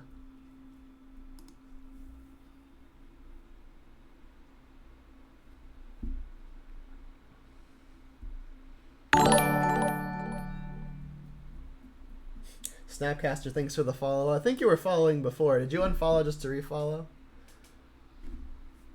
James says, how have I found Croxa so far? Pretty good. Sorry I didn't see that message earlier.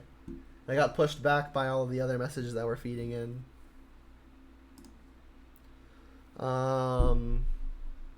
It's a possibility. I caught you red-handed. I think I really want this Courser, and I think I really want this Liliana, and I definitely want the removal.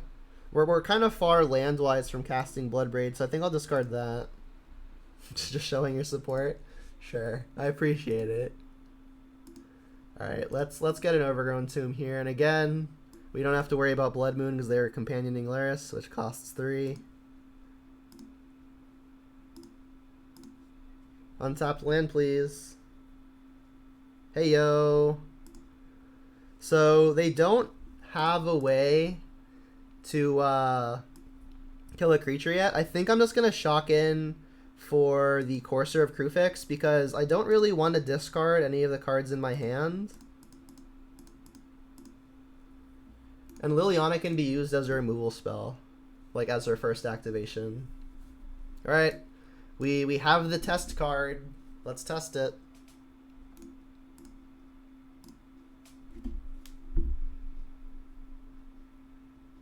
Alright, now they have Revolt. I guess they had Mire already, so that was always going to be a possibility. Oh, and they found a push? That's so stupid. I want a refund. Brutal. Man, I wanted to untap with this thing. How rude. Alright, well I get to use the Liliana as a removal spell like I wanted.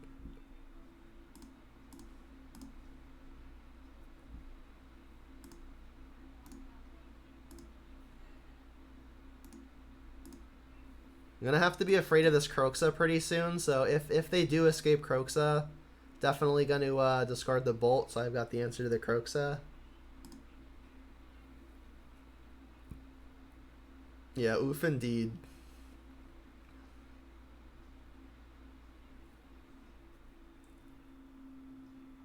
This Croxa is not super far off from just coming back again. I mean, Liliana's going to be charged up to kill another thing, assuming they don't destroy it before that happens. Discard a Bolt.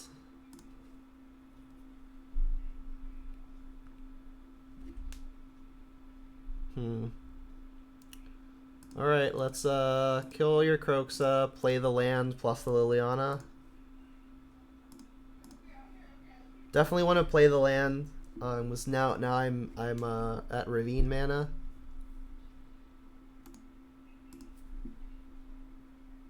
Luris not yet in the opponent's hand. Abbott. Agadim's Awakening. Okay, well that's just a land at this stage.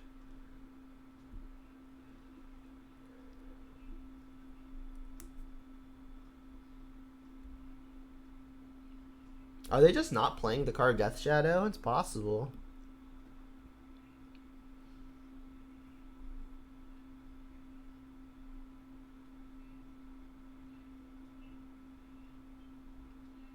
More abbots. More abbots.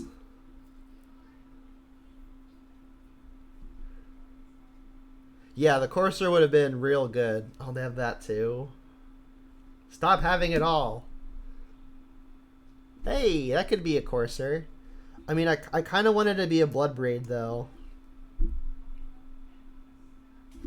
Yeah, it's probably better just as a Bloodbraid.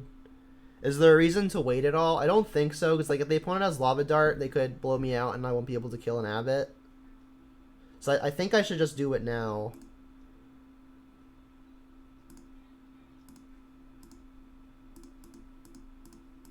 That was a pretty excellent draw. Hopefully, I get to use the spoils. Blackleaf Cliffs equals no shadow. You're so good at this game, Diamonds. How's your stream going, by the way? I've tuned in a few times.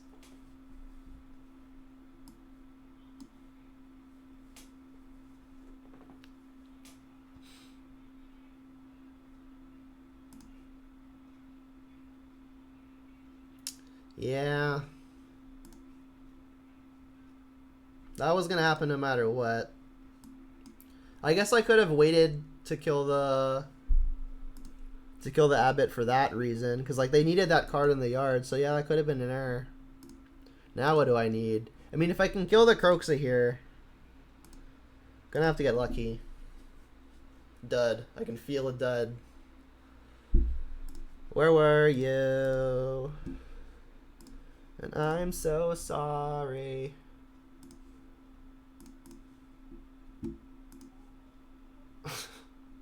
Now you want to show up. We're just dead, huh?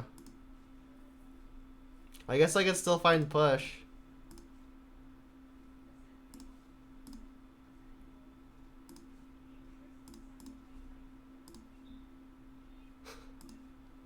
Oh, we're dead. Brutal. Yeah, so had I waited on the Kolaghan's command, they wouldn't have had that extra card to use to escape. And then I would have had access to the Bloodbraid, so that was a pretty big misstep. We learned, we learned.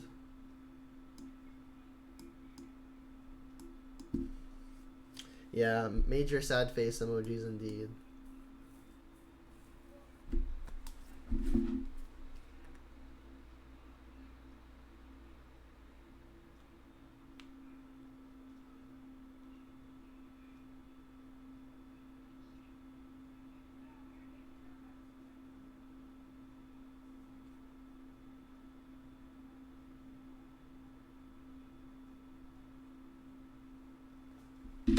All right, let's get that trophy case. Not trophy, the treasure chest. Give me the chesty.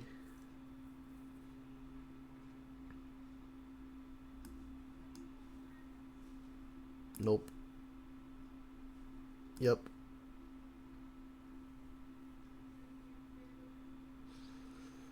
I think I'm just gonna bottom a Peatland.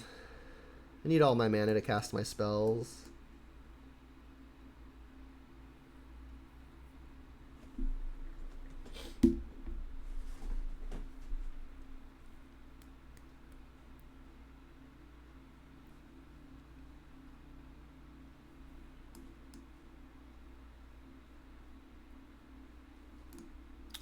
What did Foothills pass? Is it the mirror?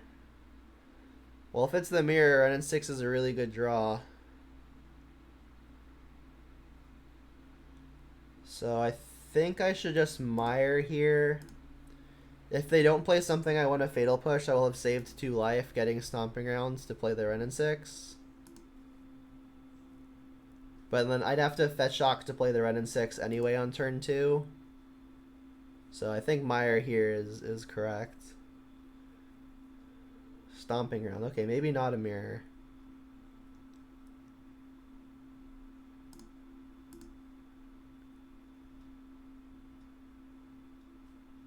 Yeah, looking like not a mirror.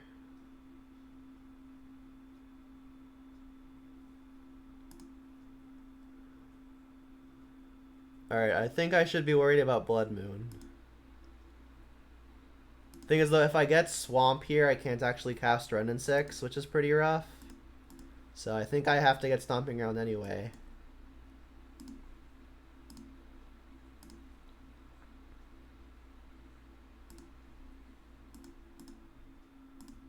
Renin 6 battle. Don't moon me, please. This is a known Ponza player? Alright, well then we can't beat a moon here, unfortunately.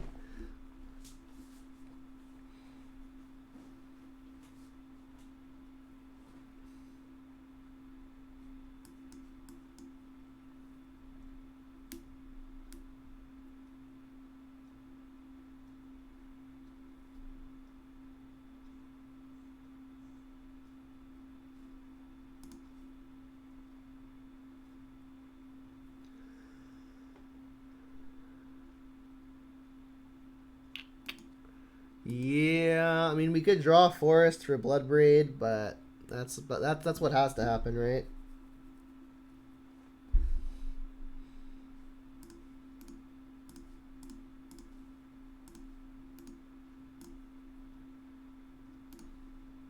Feels Batman.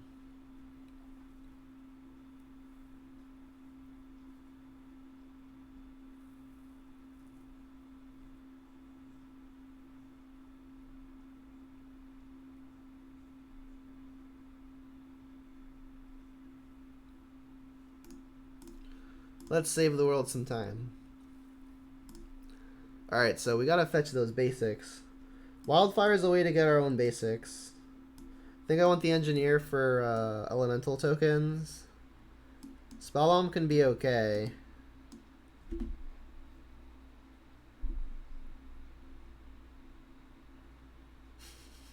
Oh, you should have seen my league yesterday, Diamonds. Or one of my 2 leagues yesterday.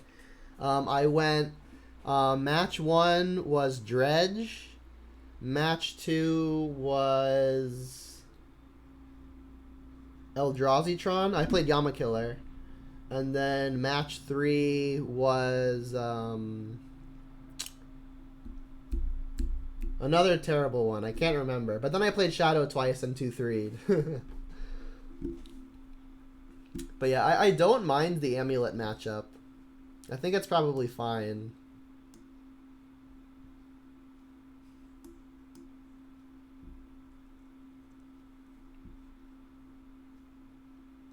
Oh, I need to figure out what I'm cutting, right? Let's take out Liliana's and Thoughtseize. I think maybe I want first Liliana before other Thoughtseize. Actually, Thoughtseize is probably better than Inquisition here, right? Because Thoughtseize can take the really big stuff, like Bloodbraid and, like, Gargaroth and stuff like that. Yeah, Liliana is mediocre because of Seasoned Pyromancer. Also, like, they could be playing stuff like Baloth, but that's less of a consideration than just being bad against stuff like Pyromancer. I think this is probably what I want. I could bring in Spellbombs of my own as a anti-Seasoned Pyromancer consideration, but that's probably a bit much.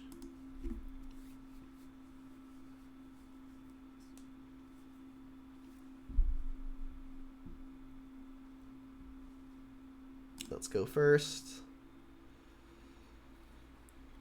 Yeah. If they've got Renin 6, we'll be pretty sad. We've got the Decay for the Renin 6. We've got a way to fetch our forest. It's not great. Wildfire can get our other land if we want it to.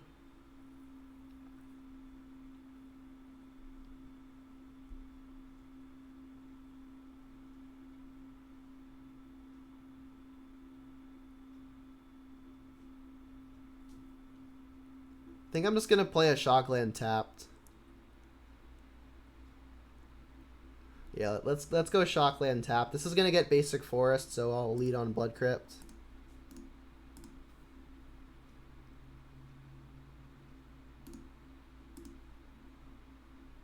Still trying to remember what my other matchup was yesterday.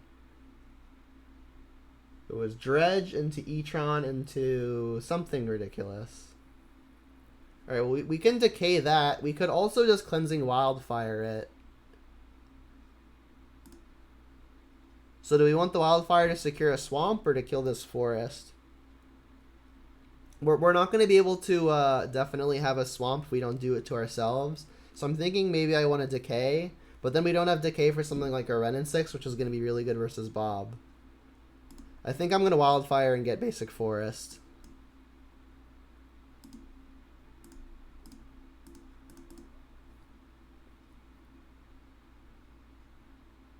Oh, it was Valakut. Thank you. It was red green Titan Shift.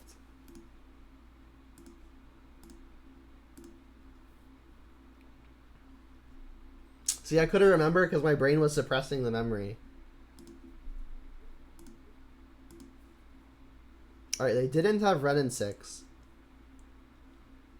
So I think I want to play Tarmogoyf here. I want to play Bob, but like they could have Stomp or Bolt. So I think I'm Goyphopotamusing. You haven't seen Scape Shift in forever? Well, it's back. Alright, I'll play Blackleaf Cliff so that way all my lands are untapped.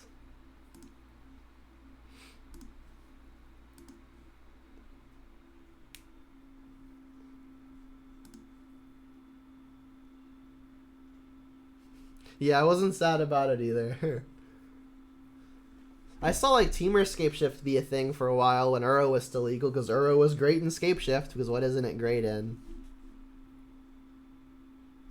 Alright, Pyromancer. Well, we've got the Plague Engineer for the pesky tokens. They're not making tokens though, okay.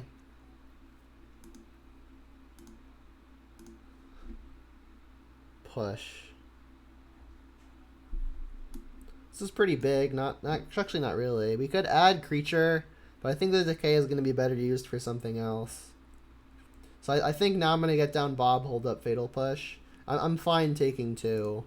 Let's just attack.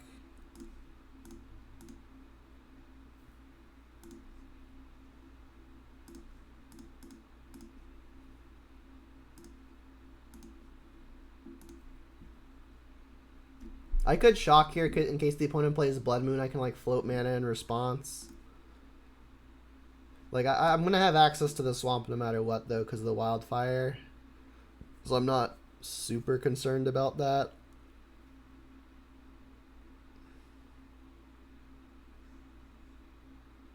Bloodbraid number 1. Chandra. Jeez.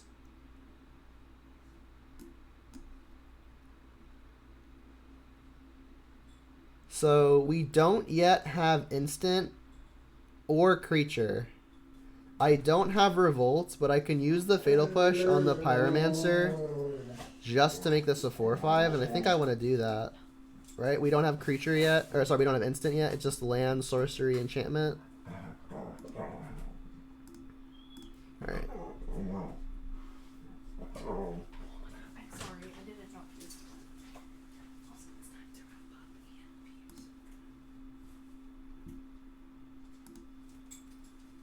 Yeah, Angel Baby Howl.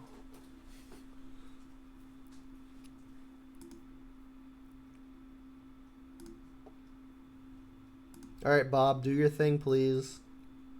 Show me the action. That's some action.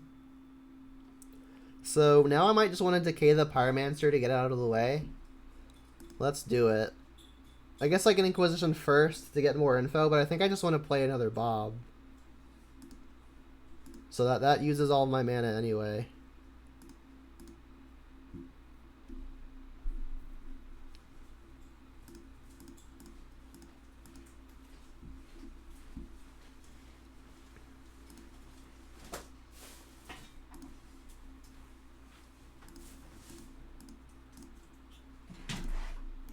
And then like if their play next turn is like hold up a Pyromancer activation for blocks, I could Plague Engineer before combat to make sure that things can't do that.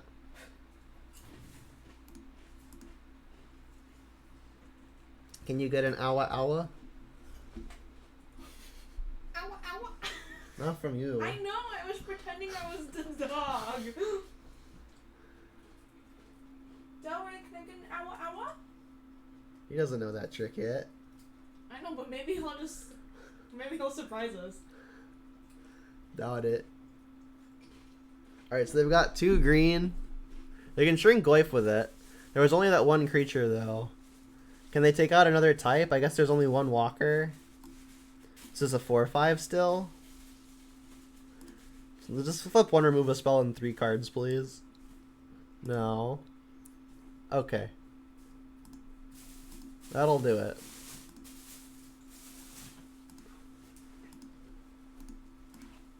Jim. Goyf was up for sure. Yeah, Goyf is great. Still Gruul. Hey, Delray, come here. Come here, you.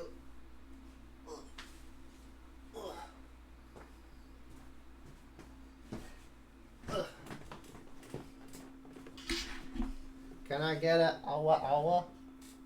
No.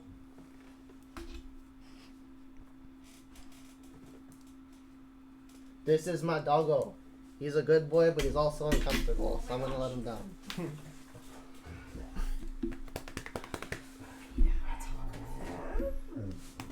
Alright, I think I'm keeping it the same.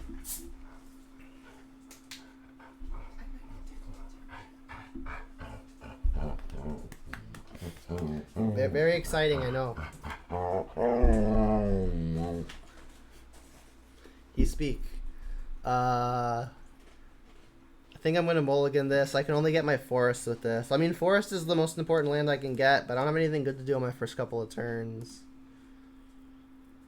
Yeah, this sounds great. Keep.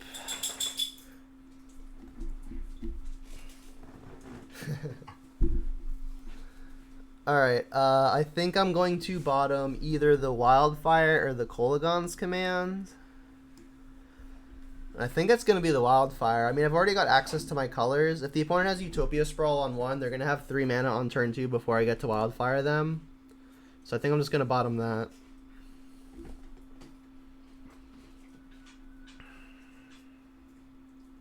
The Elf. Alright, time to draw a Fatal Push. Not a Fatal Push. Alright, well I have to play this in case they moon me. I need to be able to get Forest.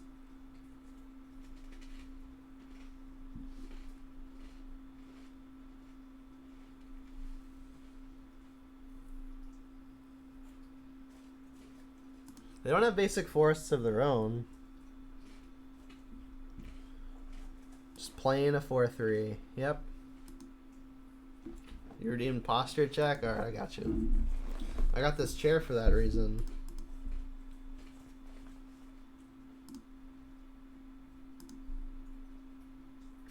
Drew the Wildfire anyway. Alright, well Goyf is kind of tiny. If I play Goyf, it can just die to basically anything. So I think I'm playing Bob here. Maybe I should just Wildfire to add sorcery, which would make an instant no longer kill Tarmogoyf.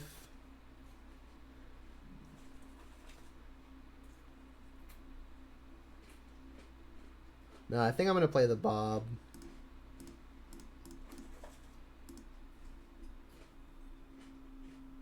Ian was waiting for your stream to end. Yeah, they leave in Elves versus the Ren and 6. Because like they want to turbo out their stuff.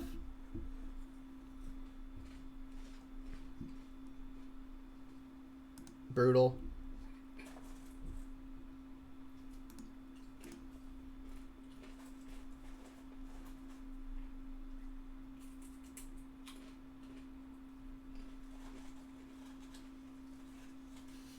There is our Ren and 6. A little late. We can kill their Arbor Elf, which does cut them off of a considerable amount of mana. I think I'm going to do it. Should I Stomping around it or should I Blood Crypt it? I guess it really doesn't matter. I think I'll use the Blood Crypt.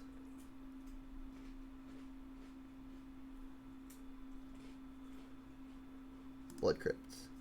Yes.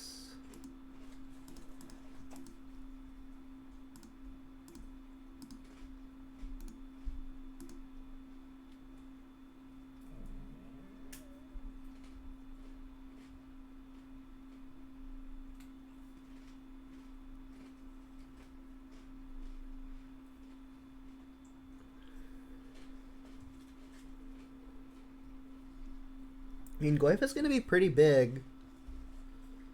But I mean, I gotta imagine as soon as I hit their land drops, we're gonna fall behind to all of their bombs. Kill the Renin 6, yep.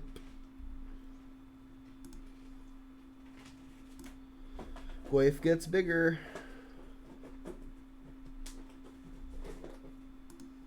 It's more 4/3s. Pulse would be funny. They're going at me with that? Wow, that's aggro. Pulse. Bloodbraid. Bloodbraid into Pulse? I mean, the other only option is Tarmogoyf and then Wildfire, but that doesn't actually do a whole lot. Like, if they can kill the Goyf, we fall really behind. And Goyf doesn't even trade with anything as it is. I think I'm going to Hail Mary this. And then, I mean, Pulse would be best case, obviously. Renin 6. I mean, Renin 6 kills their Renin 6.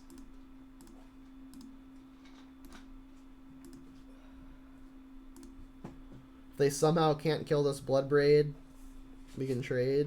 But you gotta imagine they can kill the Bloodbraid.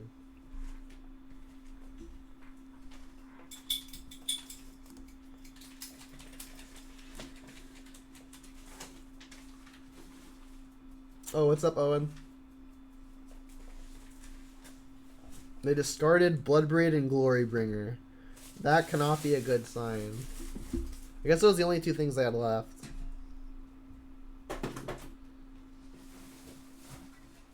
Been grinding out MTGO. That sounds good. Me too. Records haven't been very good so far. Like, I think I had like a 2-3 into a 1-4 into probably about to be another 2-3, which isn't great. They drew a bolt. I'm just dead. I don't play Damnation in the deck, so I'm just dead if they attack me with both of these.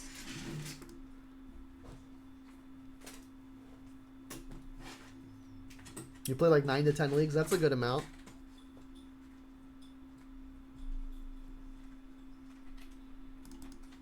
Me, yeah, okay, I'm at 1. I'm pretty sure I'm just dead here. Don't think there's anything that does it. We go out our own way. Alright, it's obviously an unsatisfying result. Let's do a quick deck tech for purposes of the video. I think Kolaghan's Command performed pretty well. We were very happy to see it in many spots, and I think I only boarded it out once. Oh, you followed 3 of them. That's really nice. The Croxes were also fine. The Renin 6s were fine. Dark Confidant did very, very well against the Amulet players. But I mean, Bob tends to be pretty good versus the combo deck, so that makes sense. I'm kind of leaning off of Renin 6. It really doesn't kill a whole lot right now. And, like, lands are good and all, but they really don't do a lot versus, like, mid-range and control decks where, like, you need actual action. I don't know, like, Renin 6 is innately very powerful, but I think it might just be falling slightly out of favor when it doesn't kill a whole lot. We also just might not have played against the things that it kills, so that might just be not having seen those yet. We never cast the Pulse, I don't think. We had it a couple times, though. We just like ended up discarding it. The Lilianas were very good. The Bloodbraids were very good. I mean, everything has felt pretty okay, but the results just haven't been there. So, not entirely sure what that means, other than maybe I should just be swapping cards that are good for cards that are higher ceiling, lower floor, just like some more higher risk stuff. I mean, it's worth thinking about. We didn't play against any of the hyper aggro decks, except for I guess that one Prowess deck that we did decent against. We didn't really see any of our sideboard cards versus that Prowess deck. We saw the Corsair, but it died immediately because the opponent flipped a push off of an Abbot, which was kind of unfortunate for us. The Wildfires did well, though. We played against Tron. We played against Tron where the Damping Spheres were good, so that was good. I mean, the Nile Spellbombs were probably the weakest card out of the sideboard this league, maybe next to Plague Engineer. But I mean, we don't have any other graveyard hate in this version, so I'm thinking I want to keep the 2 just because there's nothing else. So maybe I change out these Plague Engineers. But I mean, we haven't played enough games yet to really get a solid feel for that. So I mean, I think I'm gonna run something pretty similar back again before making any more significant changes. So that's going to be it for this league. Thanks all for tuning in. There's quite a bit of you here today. Thanks again for that raid. And thanks to all who came in and decided to stick around. So that's going to be it for this recording.